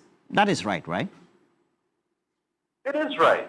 But I'm saying so why are you faulting the young man or those who seem to be raising issues? Colonel Festus Abouajeri. Roland, yesterday, 24 hours ago, you heard what the young man said. Did he contextualize why he think that, or he thought that the armed forces is useless? Did he contextualize it? He didn't. He did not put things in context. I'm trying to say, we don't have time for it. But I would have given you the sequence of things that the armed forces did with the resources that it had. The coffins that came were national security coffins. But the armed forces had mobilized coffins. They had only 2 ambulances. They drove the 2 ambulances from Central Command Kumasi to the crash site. National Ambulance Service added 1, 3. Those were the ones which brought the remains to the airport. They flew the CASA 125 with the preliminary investigation team, PIT, from Accra to Kumasi. That was the aircraft which at 10 o'clock brought the coffins back to Accra. So when you break things down as to what the armed forces did with the resources that they have, you then can criticize them if on certain specific issues. Like I have issues with the regional minister that people are bringing. You see, it is not the role of political actors, and we have seen it on CNN, to take command and control of search and rescue operations. That is not their role. They can be there to provide moral administrative support, but they don't take professional decisions. An example is the sacks. The determination to use a sack to carry remains is not one that is made by politicians. It is one that will be made by a doctor or a forensic expert. Removing the bodies from where they were is not a decision by politicians. It is a decision to be made by technical people, a medical officer or a forensic expert, because they need to do the geography, of the layout of the crash zone.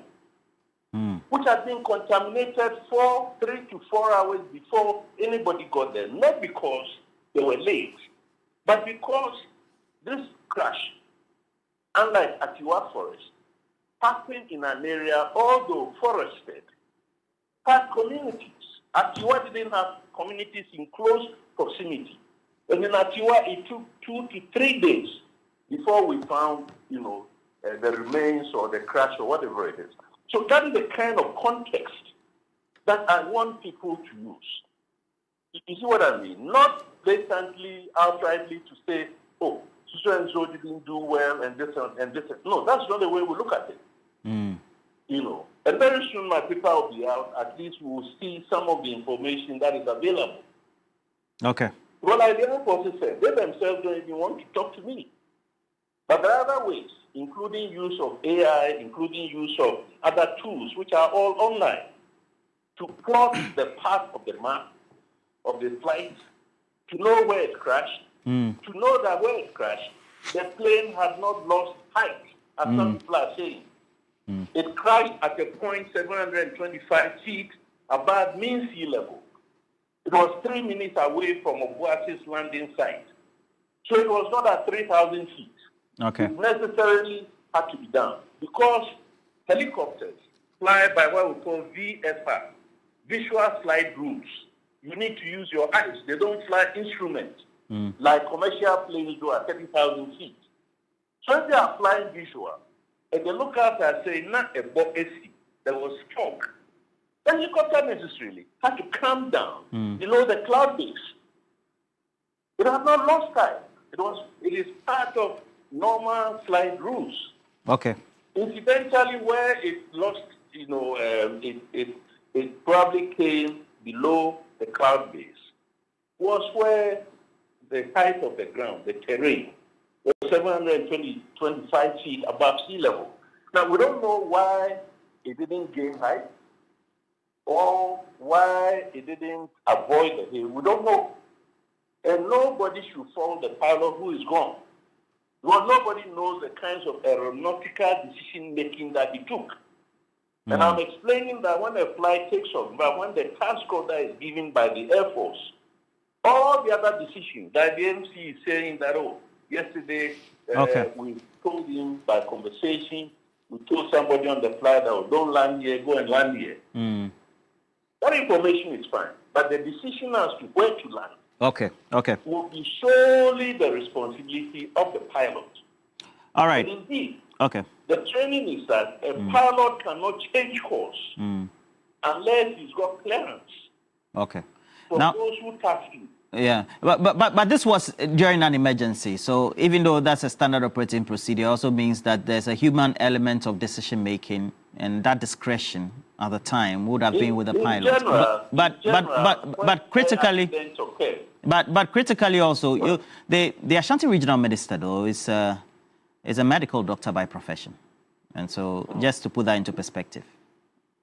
Yeah, Roland. Okay, so you can be a medical officer, but you are not part of the search and rescue, search and recovery team. You are not. I do understand. I just wanted to put that as a perspective. Let me end here, please. In the armed forces, we are told that if you are a general, you are at the battlefield or on the battlefield, but don't go to where the corporals are at the front and be directing where section commanders, the corporals must be fighting.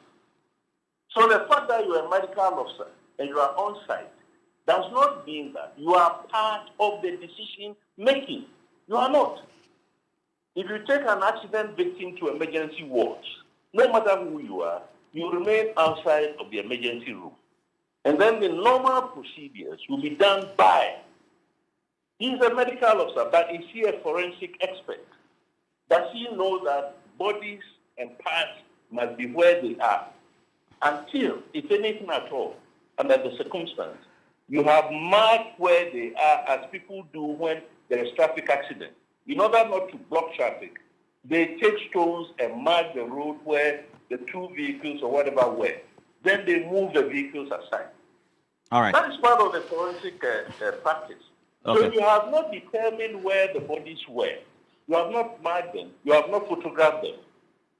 And for whatever reason you say we must get the bodies away from the crash site, That is not your decision. Yes, you're a medical officer, but it's not your decision. It's not your call. All right. As we say. He did well. But I don't want us to think that he also didn't make mistakes. All right. In the same way that the armed forces have done well, but they may have made a couple of mistakes.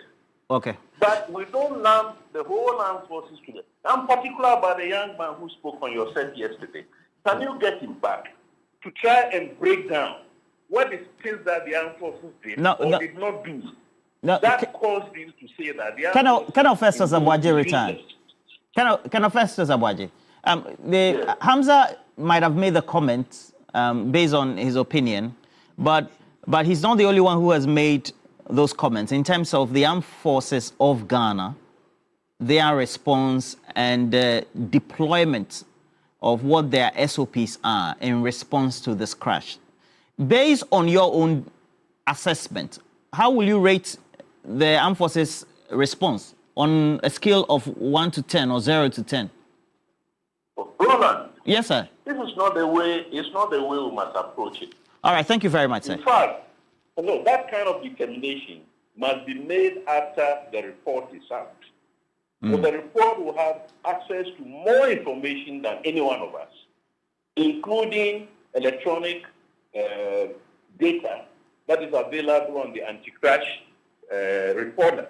And by the way, the helicopter does not have black box. You see what I mean? It has an anti-crash recorder, this particular version. The data on the anti-crash recorder will tell us some of the reasons why the accident happened.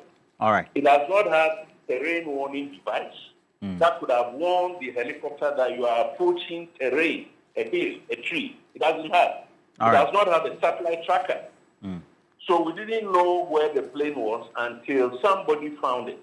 If it had a satellite tracker, it would have sent beams out, signals, to a satellite and then picked up within the international aviation system for Ghana to be told that this is where the plane is. Go and look for it there. Okay, thank you. So this is the broader conversation that we must have. Okay, sir. You see what I mean? All and right. we must wait until the report is out. At this time, you cannot fault anybody. You must not just lump institutions together. Okay. You shouldn't do that. All right, sir. And you, I'm sure because you watched and cited the young man yesterday, I was clearly in defense of the Ghana Armed Forces that we shouldn't throw away the baby with the bathwater. But clearly, the actions also are subject to some level of public scrutiny by the very people they serve, the people of the Republic of Ghana. And so, thank you. Thank you very much. Can you invite him back to your set and then let him explain what information he has or he had, which led him, the analysis of which led him to say that the armed forces is useless. Can you please bring him back? It's very, very important. Right. I'm not sure. I'm not sure you're saying that you want the armed forces to be in a collision course with Hamza, because he only shared an opinion based on how he thought the armed forces should have responded. Thank you very much. Opinions like that. All right, sir. Opinions must be based on facts. All right, sir. If opinions, then all of us will go to town and be saying all manner of things. All right, sir. You see what I mean? Thank you, sir. So express the facts. Let me give you the procedure. Like the BOI that has been established, convened. The BOI will make findings, specific findings, as to what it is that they found. Then they will make observations. The observations, if you like, you can call opinions. We observe so and so, a lapse here, a this, that kind of. But based on the facts that will be stated in the report. So if you sat on your set, he did not outline any facts relating to the case, some of which I have given, and he concludes that the armed forces is useless. On what basis? I'm saying the armed forces as of that time had only 2 serviceable airworthy helicopters. All right, thank you. Now one is gone. We're only left with 1. All right, sir. So on the basis of that, you can say that owing to equipment limitation, the armed forces was not able to do ABCD. All right. Hello? Hello? We seem to have lost him. All right. Colonel Festus Abwaje, thank you for your contribution there. But you celebrate your birthday as well on a very period when we all are mourning, right?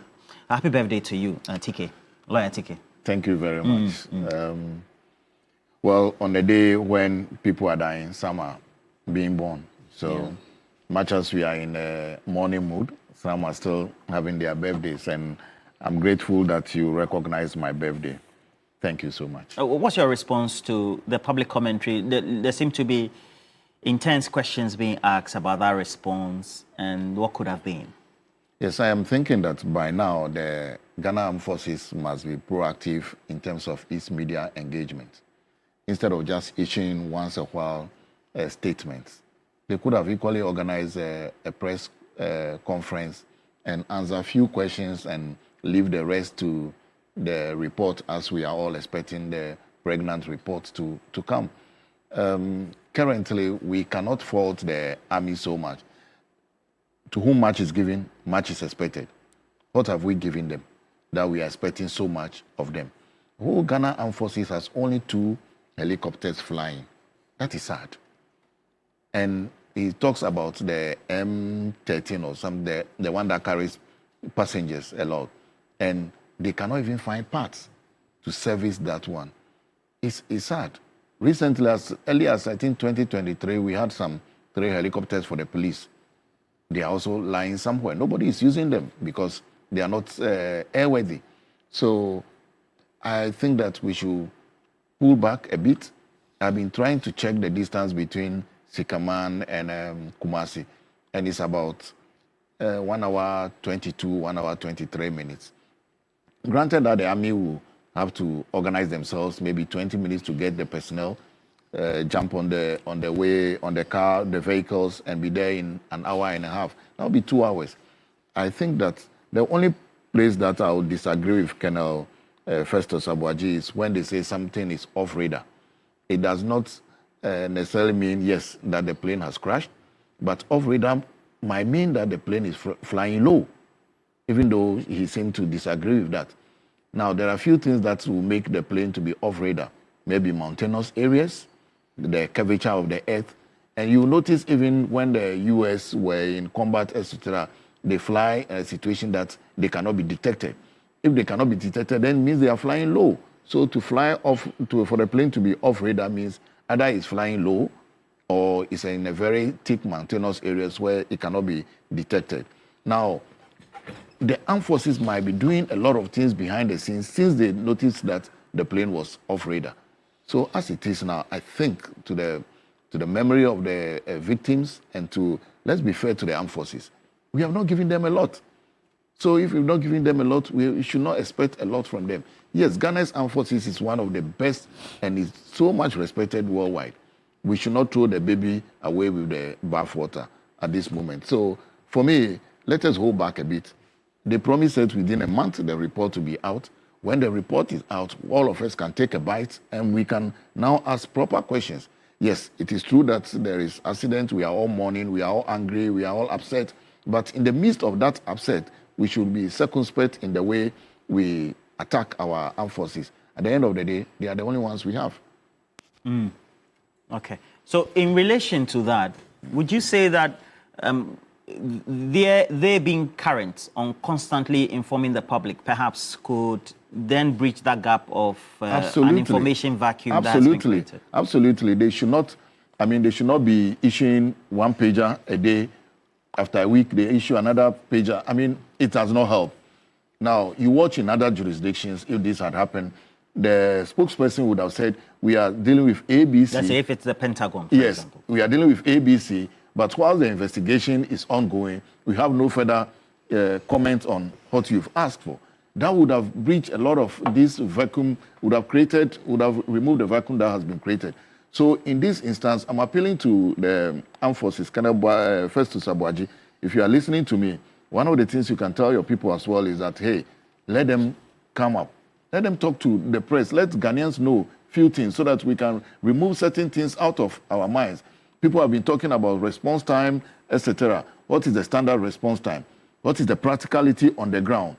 Do we have the, for example, as he was saying, if we had only 2 helicopters, one has crashed. Which one are we going to use to ferry personnel to the other side? Now, we don't have any Air Force base in the middle belt of Ghana. We have planes only in Tamale, Accra, and Takoradi. The one that carries a lot of people has been moved to Tamale to deal with the Boko conflict. We are still totally handicapped. Now, one of the things that if Dr. Omani Boama were alive would have done is retooling and re-equipping the armed forces. In fact, a lot of them were happy so far what he has done. And we pray that one way to not to erase his memory is to see to it that the Ghana Armed Forces is properly retooled. Now, if you are old enough to remember when we worked for ECOMOG, one of the reasons why we were told that Ghana cannot lead ECOMOG was we don't have the equipment. Nigeria had everything. And we have been in that instance up to today, and we spend money on other things. So let us re-equip and retool our armed forces. But Ghana Armed Forces, please be proactive. Come forward. Come and talk to us. I mean, answer a few questions. You don't necessarily have to go to the nitty-gritties and tell us everything. Come forward. Talk to us. And that way you may allay some of those fears.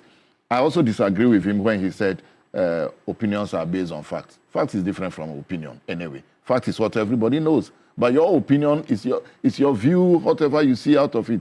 But Hamza was just, as he said, airing his opinion. Everybody has their own opinion. If you come and bridge that gap between what happened and what people are thinking about, the opinions will be less. And we'll all focus on what you are telling us. Is the information vacuum now prevalent in such a way that all of us are just sharing opinion, and for which Ken Officer Saboja is saying that the army is a technical institution. They have their reputation, credibility. If we bastardize them, it also means that their credibility will be lost. But at the same time, we're talking about a response to an emergency that should, or ideally, is now a subject of assessment by the public. Thank you. Good morning to you and good morning to your listeners and my fellow panelists. And I'm happy you are starting on the premise of information vacuum, the lack of information. Since I've been sitting here, family and friends and colleagues of a young man called Obama Pokwase have been texting me. He was plucked from his apartment this morning, 8 a.m. by national security, and they don't know anything, but they've not heard anything. They don't know whether he's safe, they don't know whether he's alive, they don't know whether he's being kept. People just plucked him in the name of national security from his residence. Say, Obama Pokwase, wherever you are, I pray that you are safe.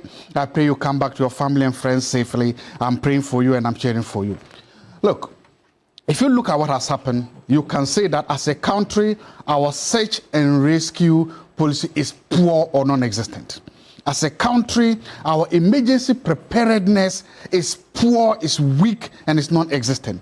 And as a country, our way of communicating, especially giving critical information during national disasters, is poor. And we should bow our head in shame collectively for the way we've handled the communication aspect of this tragedy from the day it was done.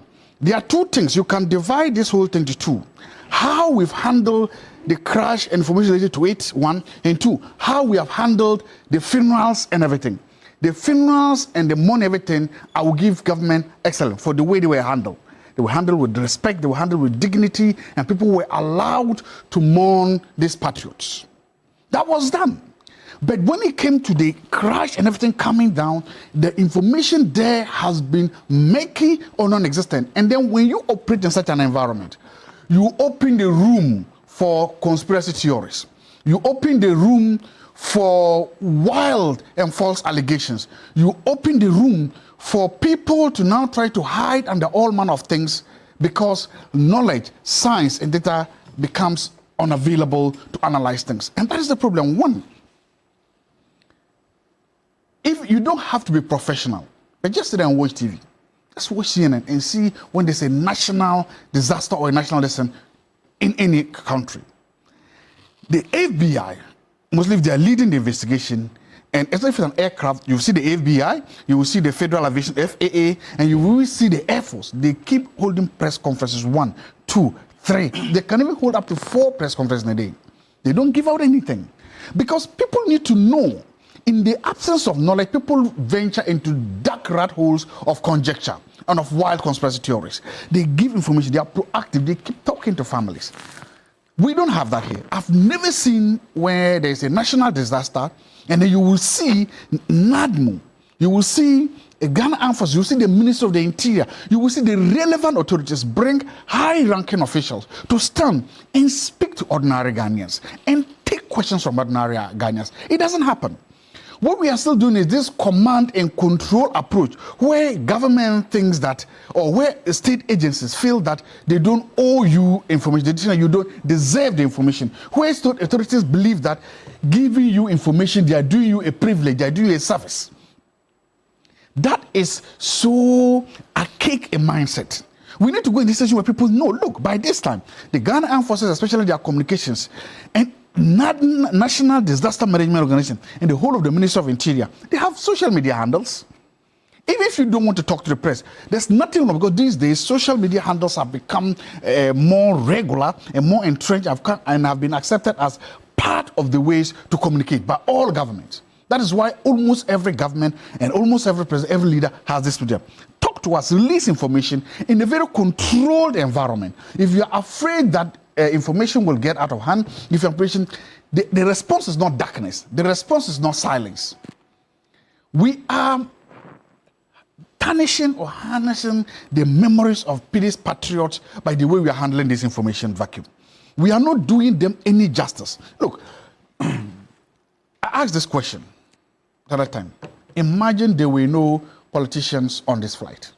Just imagine for once that there were only ordinary people. No, not ordinary. Let's say workers going somewhere or something. Just the army people themselves. Imagine they were the only people. Will this crash have received this kind of publicity that we are receiving? What's your point with it? My point is that where things are happening and we are not getting the necessary information to inform us. And because of that, you don't do us any justice by thinking you're protecting us from information. Look at how the scene was protected. There was live media almost 24 hours after the crime. After the crash, the scene was not even cordoned off. One thing we know, even with ordinary crime, is that the first thing people get there is to cordon it. Where was the chain of information coming down, management coming down? Look, it's possible that the Ghana Armed Forces was far away, but where was NADMO? I would have expected the first people to go there. You would go, maybe you go and meet the farmers there. Yes, they are ordinary people. And their natural instinct, their natural descent was to what? Help. They would do that. I don't blame them. But the first professionals that got there, I expected to see a red tape, at least securing the place. I didn't see that. Up to now, I don't know. I've never seen any camera with a red tape there. Secondly, the NADMO officials, especially those at the district level closer to the scene, I would have expected that they would have been sharing information. We saw the Ashanti Regional Minister rushing from a distance of about 2 hours to the scene. Did he give command to the Regional Police Command? Did the Regional Police Command give command to the District Police Command? Did he give command to the regional NADMO boss? Did the regional NADMO boss give command to the what? The district NADMO boss? And these local people, because probably they are closer to the scene, did they move in with their resources? Did they secure the place? Did they save the place? Did they start, did they hold the people that are there? Let's say, please stand here. Maybe some professional will come and ask you some few questions about what you've seen. Did they do that? I didn't see any of those things. So please, sometimes when we look at national security and this rescue preparedness, we think that it should be some kind of something that comes out of nothing and looks like it's so big. No, but sometimes it is these small local people. It's these small decentralized agencies. It's these small professionals who all have to sit up and do their job. So far, we've left NADMO off the hook. Nobody's saying, hey, where's NADMO to do? The name is there, National Disaster Management Organization. How did they manage this disaster? The DISEC, or if it's a municipal assembly, the District Security Council, what have they done so far? How were they able to mobilize the necessary resources to secure this place? Ultimately, these patriots died serving their country. These patriots died doing what they came to Accra to do, what they came to National to save. We owe them, and so far, there has been an outpouring of grief by all citizens all over the country to mourn with them. So far, it has been great. Let's manage it like that. What I'm hoping and praying is that these lapses, the problem is that these lapses only go to what? Make the grief of the families, especially the immediate families, worse. Whether they like it or not, they are hearing these things.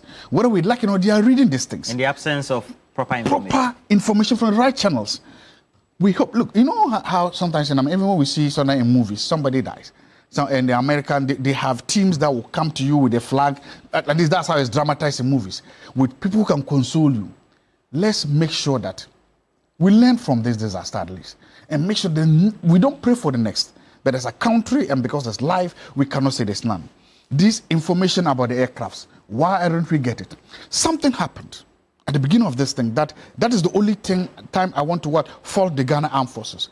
From the beginning of this thing, people were faulting the pilots. People said they were inexperienced. People said one of them was just grieving. In fact, there was so much hype on them. But after that, the Ghana Armed Forces did not raise any finger at the moment to defend its gallant men. I was like, look, it was happening in real time, and I saw people, public figures, literally calling the names of these people and questioning their emotional and disability to do it. The Ghana Armed Forces did not respond immediately. That's what issue a Twitter statement because somebody. Well, they issued a statement about the vehicle, the heli or the chopper of the radar, etc.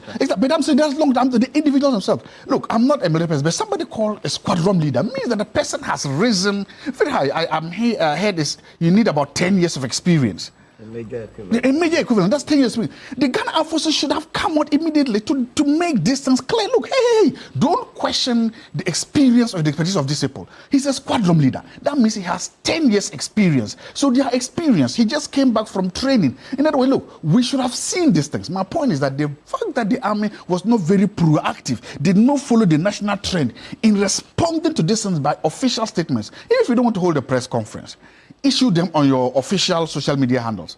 Issue them on your Twitter handle. Issue them on your Facebook handle. Issue a statement as and when it goes. But when you create this vacuum, lack of information, that is what has led to these conjectures, and it's only compounding the misery of these families. I pray that these families get consolation. I pray that they get closure, and I pray that we are all sensitive to the woes and how these patriots lost their life. It's a sad day and a sad week for Ghana. And Ms. Ozu, exactly a week. We're here. I read Mutale's message, so to speak. I think. I was not here. No, okay. It was Rashid. Okay. Yes. The thrust of the subject is that an incident has happened, this magnitude, involving key personalities in government, decision makers. It could have been even worse, where we have even some of the top echelons of individuals taking policy decisions, governance decisions for our country. And the individuals within the public space sharing opinions and trying to create hypothetical situations should be right? For example, if the president, who was supposed to have been on board, his interior minister, let's say his roads minister, his lands minister, everybody else who didn't go by road was in there, that was trouble. I mean, a total collapse of government, is that not it? I mean, you couldn't have put it better. Good morning to you once again. Morning. I mean, Roland, I am highly disappointed in what Colonel Festus Abwaje has done this morning. You're disappointed? So disappointed. And, you know, they cannot, don't let the military think that they are above criticism. Well, he says it's technical. What is technical? He himself is not abreast with the full facts. Why? So based on what is he drawing conclusions? In any case, when someone uses the word useless, what does it mean? It means you are not being used to your optimal levels. He himself concluded that the Ghana Armed Forces is level 2 helicopters, meaning that the army is performing below its levels. Therefore, it's being used less, and therefore it's useless. So he rather came in to confirm the position of Suhini. Don't let us shy away from dealing with the substantives. What are the substantives? The substantives are that this is a technical institution. So they operated based on deployment of SOPs. Yes. So he is assuming that all of us have had military training like he has had, and so we must understand their standard operating procedures. And talk like that. And talk like that. That is a wrong premise. Now, when you go and watch football as a football fan, what do you use to measure the performance of the players? Is their output. Whether they score a goal, absolutely, passed well. The Ghanaian can only measure whether or not the Ghana Armed Forces is doing well by their actions and inactions after the fact, or when there is an issue happening and they are, as it were, the way and manner they handle it. I dare say that the way and manner they handle this issue, from the civilian perspective, totally wrong, though we are waiting for final report. But the visuals that we have seen, the whole way and manner the military responded, does not give us that encouragement. That is why some of us have restrained ourselves, waiting for the final report. And the report, from my perspective, is not to blame anybody, but rather to, as it were, enhance or better the way and manner we do the things. So if someone comes here and says that the military has been useless in this, you must rather pat the person at the back, and not to come and say, he should come here and say what? You said the person is not an expert. What is expert in this? Is it not a fact that the plane crashed? Is it not a fact that when the plane crashed, the military could not cordon the place? Is it not a fact that there wasn't any proper coordination, and as we speak, we are lacking information? Is it not a fact that he himself just told us that the military has only 2 helicopters and that they are not being used in their optimal... No, he said the active ones, the ones that are flying. Yes. But they have others. So that is what we are dealing with. Those that are flying are only 2, out of which one is what crashed. So by his admonition, what it means is that today, when we are attacked, our army will not be able to do anything, and so they are useless. No, I don't understand. But that is the conclusion of what he has said. That if you are supposed to fly in times of need, in times of difficulty, the army is supposed to go into the front line, and we have no means of flying, they will just be idle. Wouldn't they be useless? So he has confirmed it. You understand? Look, I have said that the policy, we have that policy in a great transformation plan. I think the NDC also wants to implement it, that we must make it mandatory that our secondary school leavers or university graduates must go through some military training. So all of us will begin to appreciate the way and manner they go through things. Until that, the military must not assume that whatever they are doing, they are in an island, that they are not responsible to us. They have to be explaining matters to us. I, for once, don't blame them that much, because there is a principle that the folly of doing A while so people be. You are not investing much into the army, and we expect that we want to equate them to the U.S. Army. Let's talk about that. I just checked is that problematic? It's problematic. I checked the appropriation bill for 2025. The military is being given 6.3 billion Ghana cedis. Now, out of that 6.3 billion Ghana cedis, 5.8 of it is going into compensation. That is salaries and emoluments. How much are we investing in CAPEX, goods and services? We are not going to buy your planes here and there. So how do you expect to compare to the U.S. Army, which is spending about 1.06 trillion on their military? So it's day and night. And that is why resource allocation, buying a robust helicopter wouldn't cost you more than $15 million. But we found more than $22 million and gave it to David Ajay to just design. David Ajay got $22 million above just designing what you call the National Cathedral. You find $97 million just to go and dig a hole. That is the priority of the nation. So I know the army has a priority. And so when these things come, I expect Kenal body them to face the music, look straight into those that have been, as it were, misinvesting in this country, to tell them, oh, enough is enough. Don't let us embellish anything. Do you think that the exhibition that so far we've seen, in terms of the response plan, whether it's the sectoral agencies or even the military to their own, also shows that perhaps the politicization of defense budgets, procurement, and that conversation itself perhaps needs to be depoliticized? Absolutely. I mean, our democracy has not grown to the levels that where we can always come to a compromise position. We are always happy to draw in politics just to, as to push away very beautiful policies. But you can't play with the military. We are only fortunate that we have not been faced with any serious situation in this country. But the day that situation will face this country, that's where we will see our folly. And these things happen just to draw the attention of the state that, hey, you are not immune to facing difficulties, and that you must prepare for difficult times, and not always to be sitting in your comfort zone and think that, oh, we are always praying. Ghanaians have that mentality that because we go and pray, we cannot be faced with any challenge. This must be a turning point. What should we be doing right? We must, as it were, allocate more resources to our military. We must modernize our military. The days of going for macho men and wearing dark shades is over. Now militaries around the world are using sophistication, IT. They are doing all the sophistications. They are doing all the hackings. Look, the other time we had a problem with Argentina. They threatened the whole country that if we don't take it, they will hack our Bank of Ghana system. We were begging. Because we didn't have what it takes to stop that. They even had Ghana Web. Can you imagine? Ghana Web was so when we say security of a nation, now it has moved beyond the physical confrontation to the IT levels. How cautiously do we recruit people into our military? Taking into consideration these professionals. With the right expertise. Absolutely. That is the way and manner we must go. Secondly, we must reinforce the point that our secondary schools, our JHS, our university graduates, they must test military trainings. That will bring discipline into the system. That would also let us appreciate what we call security. I have never seen, you go to various, most of our schools, that these kids are not being taught how to even swim. We spend time on unnecessary things. This must be the turning point in dealing with that. And to crown it all, the death of the 8 must be the turning point in this fight against Galamsey. Major Muhammad died. We overlooked it. 8 are gone. We must not overlook it. It is telling us something that, hey, we have to confront the issue once and for all so that this country will be saved. Now, my brother put up an information. You see, that today let us do this to ourselves. Says someone has been arrested. Called Obama. That you are sitting Obama, I'm coming. Is that subject? You are sitting. Okay. You are sitting in this studio.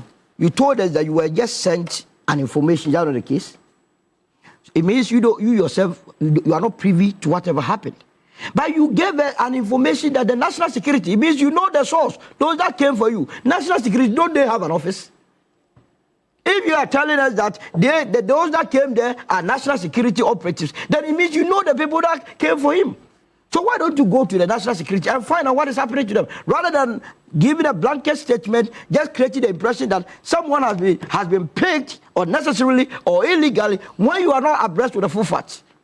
That is not fair to those that are minding that institution. The national security Absolutely. apparatus. All right. No. At least give me a chance to respond to what he just said. But you made a comment, I've responded. I mean, what is the comment? Look, you made a comment. It's fair to say that a citizen was plucked from his residence and taken away. But you said you have no information. I just think so. I put up. So anybody said anything that you put it on her? You don't know about You know what somebody has said about you? I will read it because I'm not in a position to verify. Solomon, when a citizen was plucked from his residence and taken away to an unknown place, his family don't know where it is, and they are reaching out. How do you know about that? That they don't know. You made a comment. You said somebody has been picked. And I have commented. Then he also responded. So why do you respond again? So basically, why do I respond again? No, it's okay. Is that what you are becoming or becoming? It's okay. Solomon, you're becoming disingenuous. Now, TK, TK, what's clearly evident is that all of us are not disaster ready.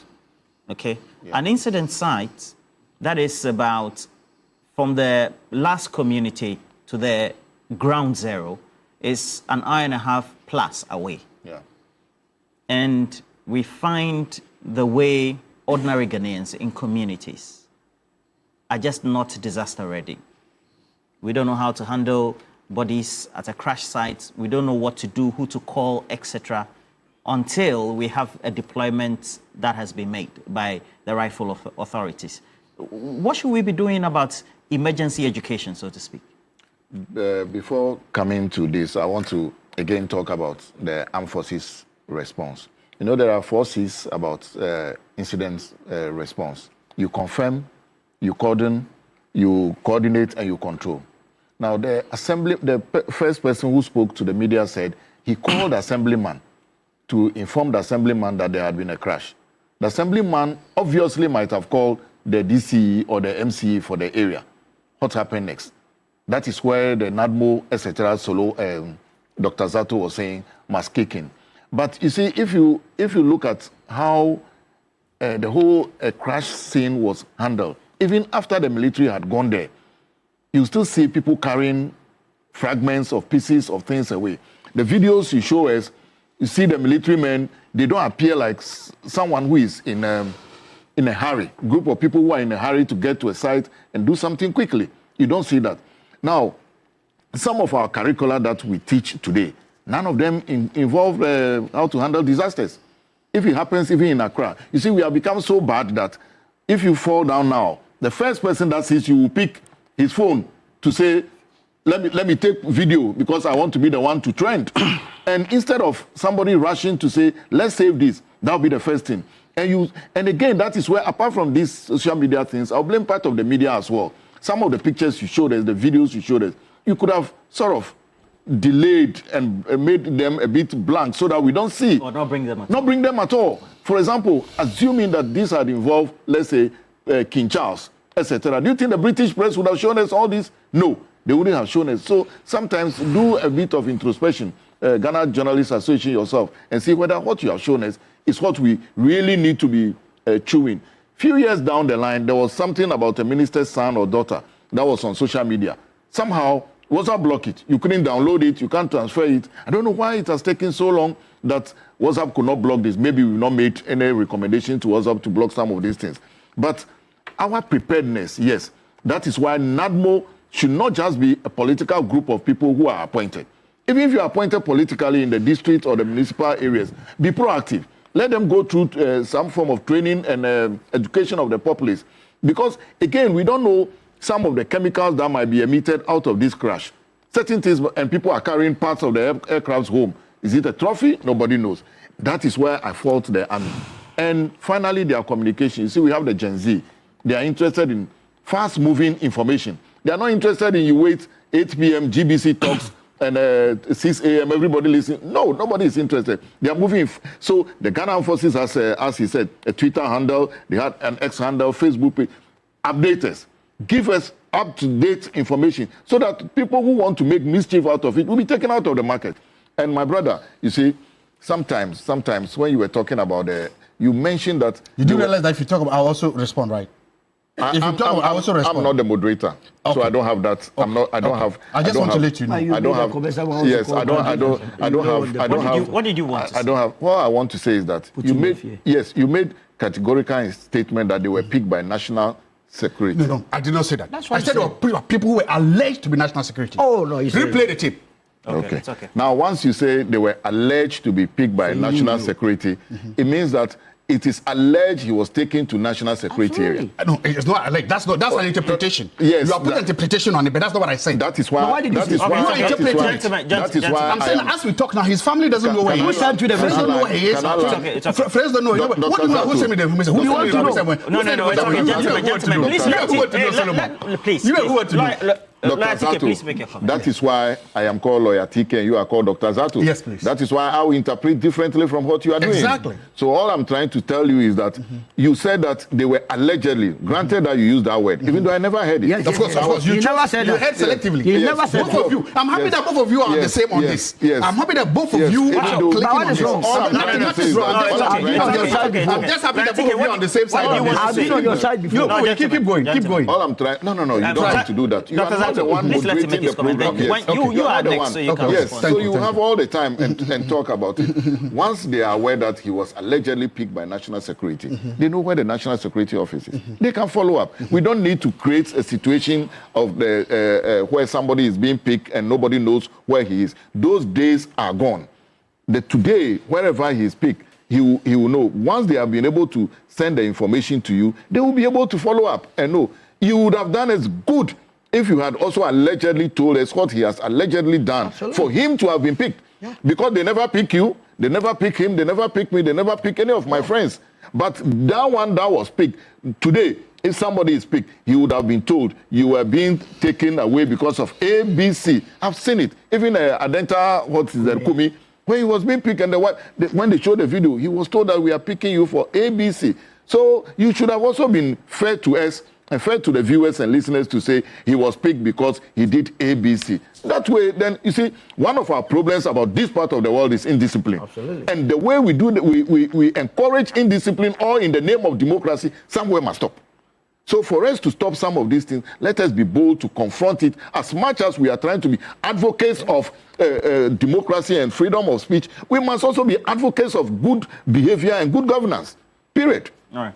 So there are key issues about our disaster preparedness as a country, and then what sort of knowledge and education that we need. And clearly, is again absent. We've had a number of incidents over the last 20 years, and you can clearly see that as ordinary Ghanaians, we just don't know what to do, in which subject area, which emergency period, and then activity. Thank you. How should we get everybody prepared? Thank you. That's good. I was told this morning by close friends that a young man by the name of Pokwasi Obama was allegedly picked from his apartment by people claiming to be national security. His apartment was broken into. There are pictures of that break into the apartment taken out. He has been plucked. Now, his family don't know where he is. Friends don't know where. Nobody can contact him. National security is vast. It has so many. If it is national security, all I'm simply saying is, remember, I didn't blame anybody. I didn't accuse anybody. All I'm simply saying is that wherever he is, I hope he's safe. I hope he'll be returned back to his family safely, and I hope that nothing happens to him. I'm just praying for his safe return to his family. That is all I'm saying. I'm simply saying, and I'm saying that again, Seb, Obama, Pokwasi, wherever you are. I'm praying that you are returned safely to your family, and I pray that no harm comes over you. It's okay. I'm praying for you. I'm honestly doing that. Look, one of the things that we need to do is to make sure that at least NADMO, there's a missing link in this emergency preparedness that we're missing. I don't know how NADMO officials are trained. I believe that every single national NADMO official must go through a mandatory military-style rescue operation. I believe that we can develop a curriculum, including one academic or what's the name, book knowledge on preparedness, on rescue missions. We can develop that and make sure that every worker of NADMO undertakes this training course. Secondly, we can develop a physical course where every NADMO official or a tactical team within NADMO in every district is taken to the military or the police to take them to the field and take them on search and rescue missions. I think that sometimes the military can be far away. The military is. If you go to the whole of Upper West region and you see that the military is basically based in Wa, so you ask yourself, if a disaster happens far at the other end of the region, how long will it take them to get there? But if you're able to train these local NADMO officials, give them lessons, practical training on search and rescue, on how to do this, and then they become our front line in this effort. If we had done that, and then we provide them with the proper, things like gloves, simple consumables like gloves, like nose masks, like proper body bags in case there's this thing, so that they will bring honor and dignity to people who suffer this thing, it will have helped. And we've been seeing that again, as you said, as a country, it's like we have become immune to this kind of thing. Sometimes, even in Accra here, a national disaster happens, and you can just see dead bodies just lying like that. What respect we have them? And sometimes they can lie there for hours, even after the security apparatus have gotten there. So I think let's start from the beginning. National Disaster Management Organization, they should be trained to manage disasters. If they are giving these crash courses in disaster management, if they are giving this military training, if they are giving this equipment at the local level, then we can always depend on them to go ahead and do this for us. Secondly, we all see the type of debates that come out whenever issues of retooling our military happens. We've seen how divisive over the years such debates have become in Parliament and other places. As a country, we need to begin to tell ourselves, it is time for us to avoid hyperbole.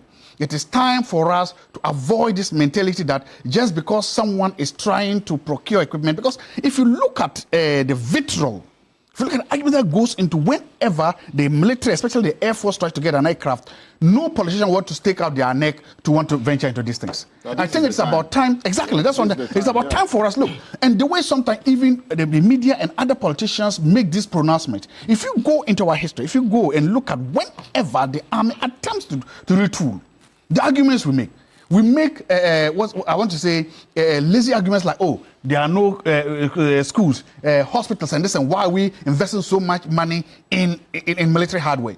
Sometimes we make military hardware look like it is far away from us.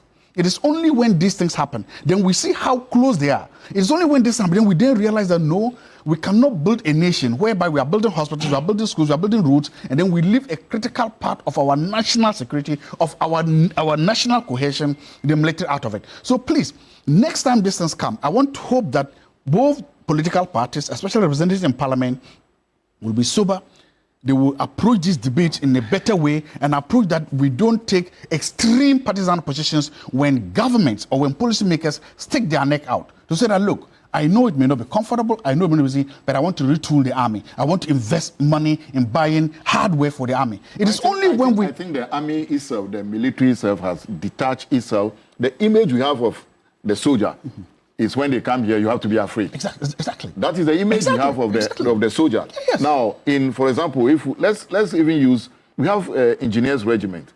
When was the last time they constructed a road? We have engineers regiment, and I am a water resources engineer. Almost all the theories and the principles in water resources that we use is from the U.S. Navy. They have people who are dedicated, and the person we had people who were coming from the U.S. to teach us water resources, certain parts. We have the army. Go to Burma camp But now. they have the expertise. They have the expertise. Yes. What are they doing? What have they developed? But you, the politicians, don't. No, you see, I started from the premise that... You give the contrast to your friends. No, I started from the premise that they have... He said that they appear to be far. They have allowed themselves... They have detached themselves from the reality. Okay. How many times have you seen that? Look, this is an opportunity for the Ghana Armed Forces to say, let us be... I don't want to use people friendly. Let people know about us. But ultimately, I think we should move away from the army bashing. We have been bashing the army a lot. And the thing about the army is that they don't have a voice like we do, as in they cannot come up to us and talk like that. Because no, you were the one who said that. They should not give us information. Now they are giving us... I'm saying this, I'm saying we should refrain a little bit from the army bashing. Look, we shouldn't try to turn the army against the people. No. Any attempt to do that by us in the media here is just not fair. Let's not turn the army against the people. Let's not make the army look like they are the enemy or they are the other. They are not the other. Remember, they have lost 3 of their gallant men. If you go to the Air Force barracks and places, they are mourning. Their wives mourning today, their children mourning, their fathers, their mothers mourning. The army is not the problem. The army, yes, it might have made some mistakes in this communication. We've said that the army communication department needs to set up and employ new ways, social media, TikTok, or Twitter, whatever, to begin to communicate more frequently and more effective with us. But in as much as we think that we can look at these things, let's not try to turn the army against the people. Let's not try to make it look like the army is an island, that the army is an enemy. The army is not an enemy. Some of the problems that are in the army are emblematic of the problems in our general society. So please, the army is our neighbor. The army is our ally. The army is our friend in this process. Let's equip them. Let's help them. And when they go wrong, even if we are talking about it, if we are criticizing them, we should do it like what mothers do. They will beat you with the right hand and hold you with the left hand with love. Let's not turn the army against the people. Please, we don't do that. Solo, in conclusion, how do we use this incident to make sure we're disaster ready and all the right protocols are undertaken? You made a fine mention. The president even made the promise that people will use their national service period to go through military drills or some undertakings like that, because it ensures discipline. To bring back the conversation about retooling, resourcing the military, for which public opinion or the ordinary Ghanaian can also have a buy-in, because clearly we need that. So it's all about setting our priorities right. We invest in a lot of serious things in this country, that this disaster must redirect our focus to very critical areas. I mean, resources are always limited. And it is the way and manner you allocate it that brings the best out of the limited resources that you have. The army over the years, until recently, what were you using the army for? They were escorting women to market to go and shop. I don't understand. Have you forgotten?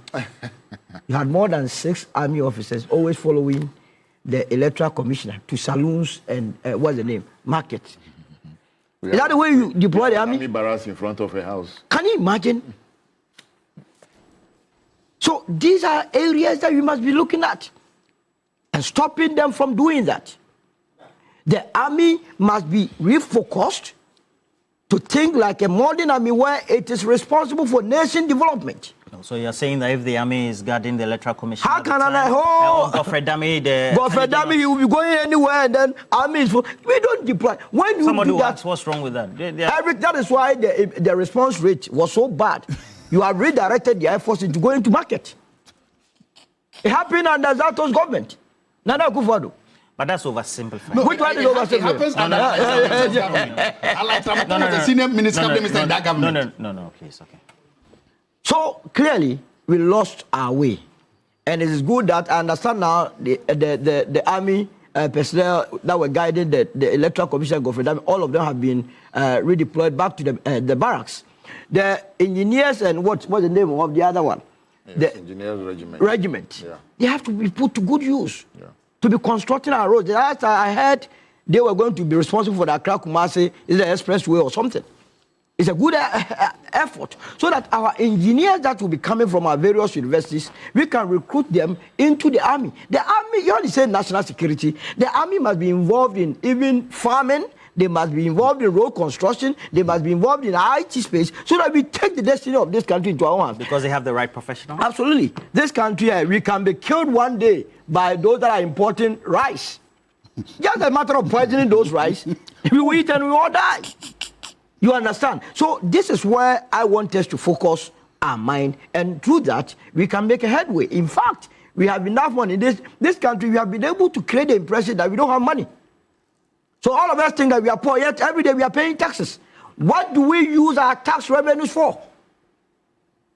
That the whole army, like the Ghana army, you go and give them just 6 billion. Even this one has been increased. 2024, they gave them 3 billion Ghana cedis. Convert 3 billion Ghana cedis into dollars at the rate of 16 cedis. Nothing to write home about. So it is very important. And the army chiefs, they must speak out. If you are supposed to have a certain amount of resources or input, and you don't have it, you are not an army. Because when anything happens, you can't do anything to help us, and that will make you useless. So we need to prioritize that. Absolutely. Nobody. How quickly should we be doing that? We have the money. There has to be immediate. It has to be immediate. The next budget, fortunately, in November, we are reading the next budget. This must be a wake-up call so that we redirect our efforts. Some of the ministries that have come up, even with them, they have to be scrapped. That climate or something changed. No, environment and climate. It's there is another one, climate B, is in there. No, that's environment. No, there's a or climate works one. and housing. There is a climate one being there. Which climate is he looking at? No, but climate change is a big issue. So these are areas, and also let me say that we have been too hard on the Ashanti Regional Minister. For Christ's sake, Kenneth Fesutaboagim made a certain statement that the advice or the decision to use a sack should have been given by a medical doctor. That's not the case. Is Ashanti Regional Minister not a medical doctor? Yes. So you see, some of these things, at first hand, they were the first to go to the scene. We must give them the benefit of that and await the report. And the report must be used to, as it were, improve upon our response rate. That is the only way as a country we can, as it were, move on. What would be your clarion call on those who are on social media making spurious comments? Some even said if the president had died, it would be Jemfia. I don't know, you've heard. No, I have heard, and all is coming from the MPP side. It's unfortunate. It is the reason some of them have been picked up. And you know, when you are on social media and you are saying that seriously, you are going to make sure that the president is killed, you are going to, as it were, behead the first lady. I think this one they should be given a chance to Then reply to it calls for some levels of what? Investigation. MPP? It has moved beyond the usual norm to abnormal. Are you for MPP? I am being given information here. You understand? By people, the same people who are sending you, others are also sending me information about, say, Obama, that I have no clue, that I will not put forward. But if indeed these are true, then it's serious statements. You understand? And in your initial statement, you never said alleged. Listen. You never said alleged. Why you don't? Why? But why am I speaking? You want to also speak? Okay. When I'm done, you speak. Okay. So you're insisting. No. What's the fantasy? No, I have. All right. Okay, gentlemen. No. Say something. All right. So let me read a couple of comments. No. The last time you read the last message was Mutala. May his soul rest in peace. We did not hear good news. Read. Maybe the last message of the day will help. All right. Please. Thank you for. After talking, I shouldn't talk. You are done. I'm done. Okay. Good morning to you, Mama Wa of the Asogli State. We have more comments. It says Dr. Zato is speaking against the army and at the same time speaking for the army. Which one is which? Looks like. Okay. So, and this one is coming from. Caesar. Caesar says, okay, Caesar, I've gotten your message. Now, I have this one from Prince Ahmed. He works somewhere Okay, he works with the NADMO, that's the National Disaster Management Organization in the Ashanti region. And, well, he says, I'm disappointed by Dr. Zato and his submission. Let me put these facts based on what we know, the first-hand information. When the locals heard the crash, Chairman Gaba was called and he went to the scene with NADMO officials. Even then, we're told at the time by the witnesses it was a forced landing, as well as even from official sources, only to discover that it was a crash when our local staff got to the scene after trekking for over an hour. Please let Dr. Zato know that we are still managing the disaster of what they left in NADMO. All right. NewDay Atukwe, that's Ni Atukwe Kwe. As a nation, we pray our leaders in all sectors, especially our security, become more proactive and efficient. We should not lose lives because before we wake up and tackle issues. NewDay Ni Atukwe Kwe. And, well, this one is coming from Bruce Foko. I beg the doctor. Bruce Foko, please, I've seen you. And then, Mr. Kluto, I've seen your message as well. Now, it is important for all of us to know that we deciding to politicize, one, recruitment into the forces, where now we have people who are recruited through politicians, and then politicizing allocation of budget and expenditure, and then also the actions of the army is why we are where we are today.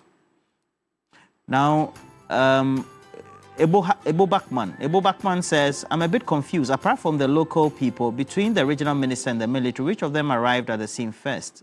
From Colonel Abuaji's account, it seems the military got there before the regional minister. That cannot be. If that's the case, why didn't they cordon off the area to prevent the minister from tampering with the evidence? Clearly, the minister, due to being close to the area, got there first. And we were all told, especially by your reporter, Ibrahim Abubakar in Kumasi, the state of the scene and the crash site when they got there, along with the minister. So what are we saying?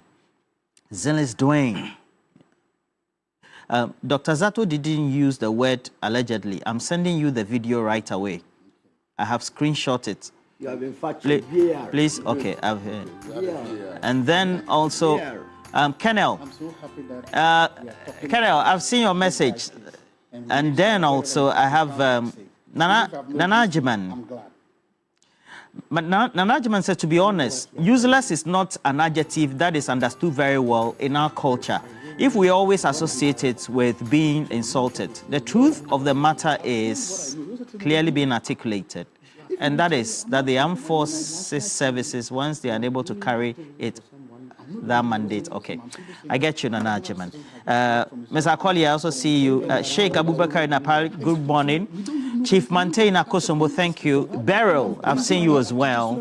Fred, I've also seen, that's Fred the whole, thank you for your contribution as well. And Dia, thank you also as well. Okay, gentlemen, it's okay. So they say you didn't use allegedly, but I mean, still. I'm still happy that you have to apologize.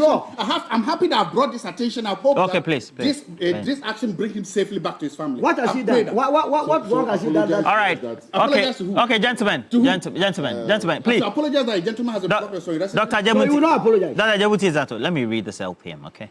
So, if you want to look smart, fashionable and authentic, make sure you visit any Woodin boutique nationwide today. And then, of course, Woodin is offering you an amazing collection of authentic African fabrics all ready to wear. There's all coming in with beautiful designs and colors for both sexes, men and women. Now, with Woodin, you can get creative and versatile with your designs, and so be confident and show off how truly African you are in Woodin. So go to any Woodin shop or boutique today and get your own choices made from their variety of trendy products to complement your unique style. So follow them across social media. Go search for Woodin Fashion, whether it's TikTok, Facebook, but also Instagram, as well as all the others. Woodin, Le Créateur. We're taking a break. When we come back, we will bring you the latest sports headlines. Stay with us.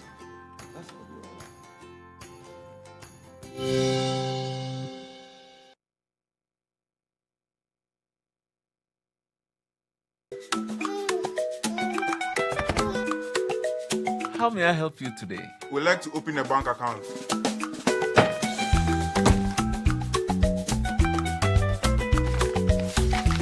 Sign here, sign here, sign here, and here. And now you draw direction to your house. I need your thumbprint. And I'll need your birth certificate too. No, I need the original. A lot has changed since you banked like this. So have we. We've made it easier than ever to open an account online and bank on the go through our mobile app, online banking, and more. EcoBank, a better way to bank your way. Sign here, and here. EcoBank, the Pan-African Bank.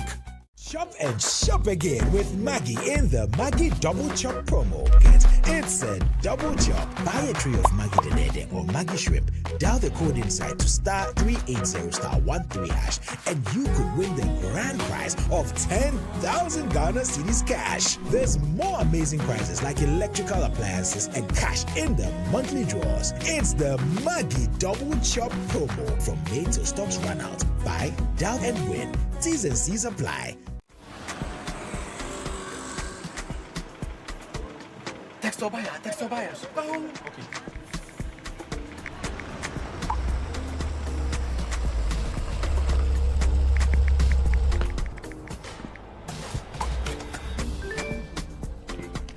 Buying insurance. Bebia, auntie, why you lucky? Bebia. Now you can insure on WhatsApp with a quick and efficient buyer from Provident. Just add 0242-426-396 on WhatsApp now with Provident. Man, you are covered.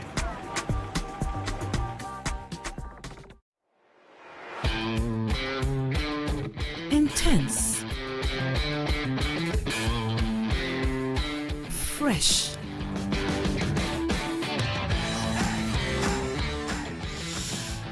Long-lasting.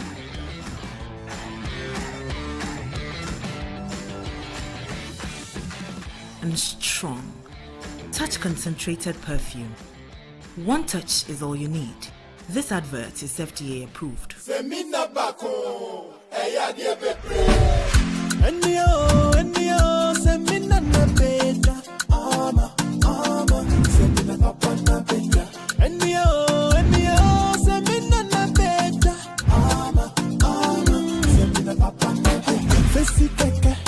And your man and better. So big Gary, and now be a dish. Oh, yeah, dear, made in Ghana. I'm a multi-pepper soap, Semina Bacon, a yadi bebre. Vise Fatase Ubia, any BPPA Beshre, Sankratui, FDA Agiatum. The University.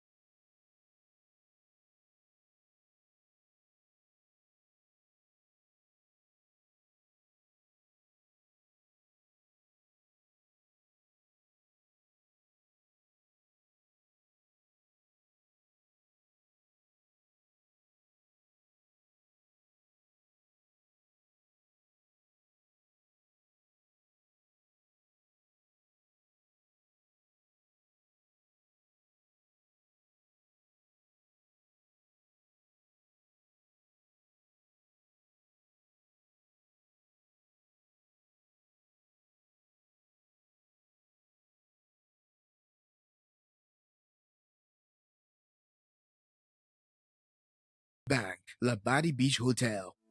In uncertain times, it can be hard to imagine yourself completing the SEMA professional qualification. But with our new digital-first learning and assessment platform, you can. The CGMA Finance Leadership Programme, or FLP, gives you control over your study progress.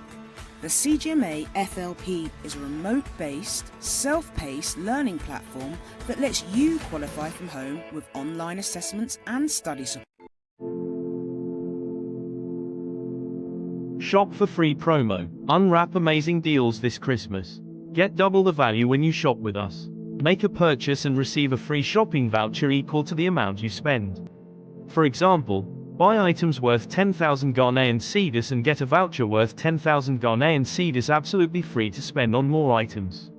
Don't miss this unbeatable opportunity to furnish your space for less. Offer valid while stocks last. Terms and conditions apply. Round Bushbin, visit us at Jolu, Olusegun Obasanjo Road. Phone call us on 0509403664.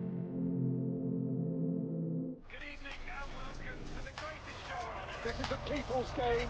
They will be bubbling about this one for weeks and months to come.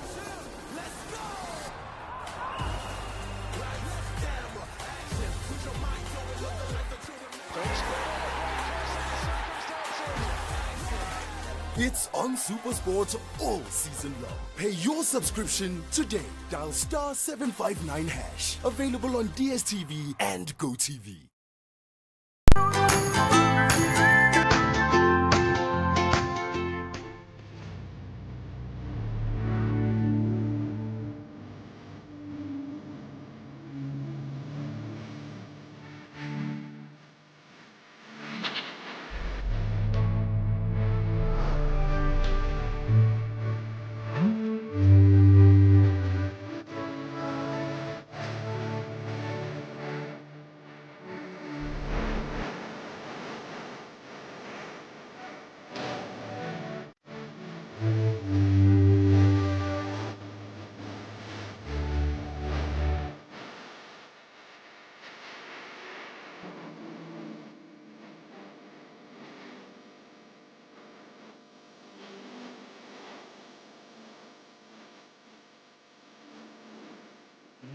And when you hear the sound, you know it's time to win big on the show with cash out. If you dial *439#, now's the time to win. Pick up your phone, say a little prayer, fingers crossed, and let's see who our first winners will be. Today I told you I have 10,000 Ghana cedis, and I'm giving 1,000 to 10 of you, all right? Let's take a look at our first draw for the morning. If your phone number is 059 338 8****, congratulations. Please check your phone. You received 1,000 Ghana cedis on your phone. Yeah, but that's how we do it. It's as simple as that. By dialing *439#, you win big on cash out. I've got 9K more to give away. So play now and win. Also, the ABC game is paying big, and your name could be the next on the dial. All you have to do is dial *262#. Pick any of the alphabets between A to Z. Take 5 Ghana cedis and win up to 1 million Ghana cedis. With our daily draws, we have a 10 a.m. draw, 2:30 p.m. draw, and a 5 p.m. draw, and a 9 p.m. draw daily. Play multiple times a day and win big. Now, for our bold players for our Friday jackpot, the deal is real. All you have to do is stake. If you stake 1 letter, you win 3 times your stake. 2 letters, you win 8 times your stake. All 3 letters in any order, you win 200 times your stake. If you stake all 3 letters in the exact order, you win 2,000 times your stake. And that's 20,000 Ghana cedis and more. Play every day and win big. If you play more than 10 Ghana cedis per round, you increase your winnings. So basically, you can pay 5 cedis per round. But if you play 10 or more, you increase your winnings. This game is licensed by the NLA under the Caritas Lottery platform. So play now and win big. It's now time for sports.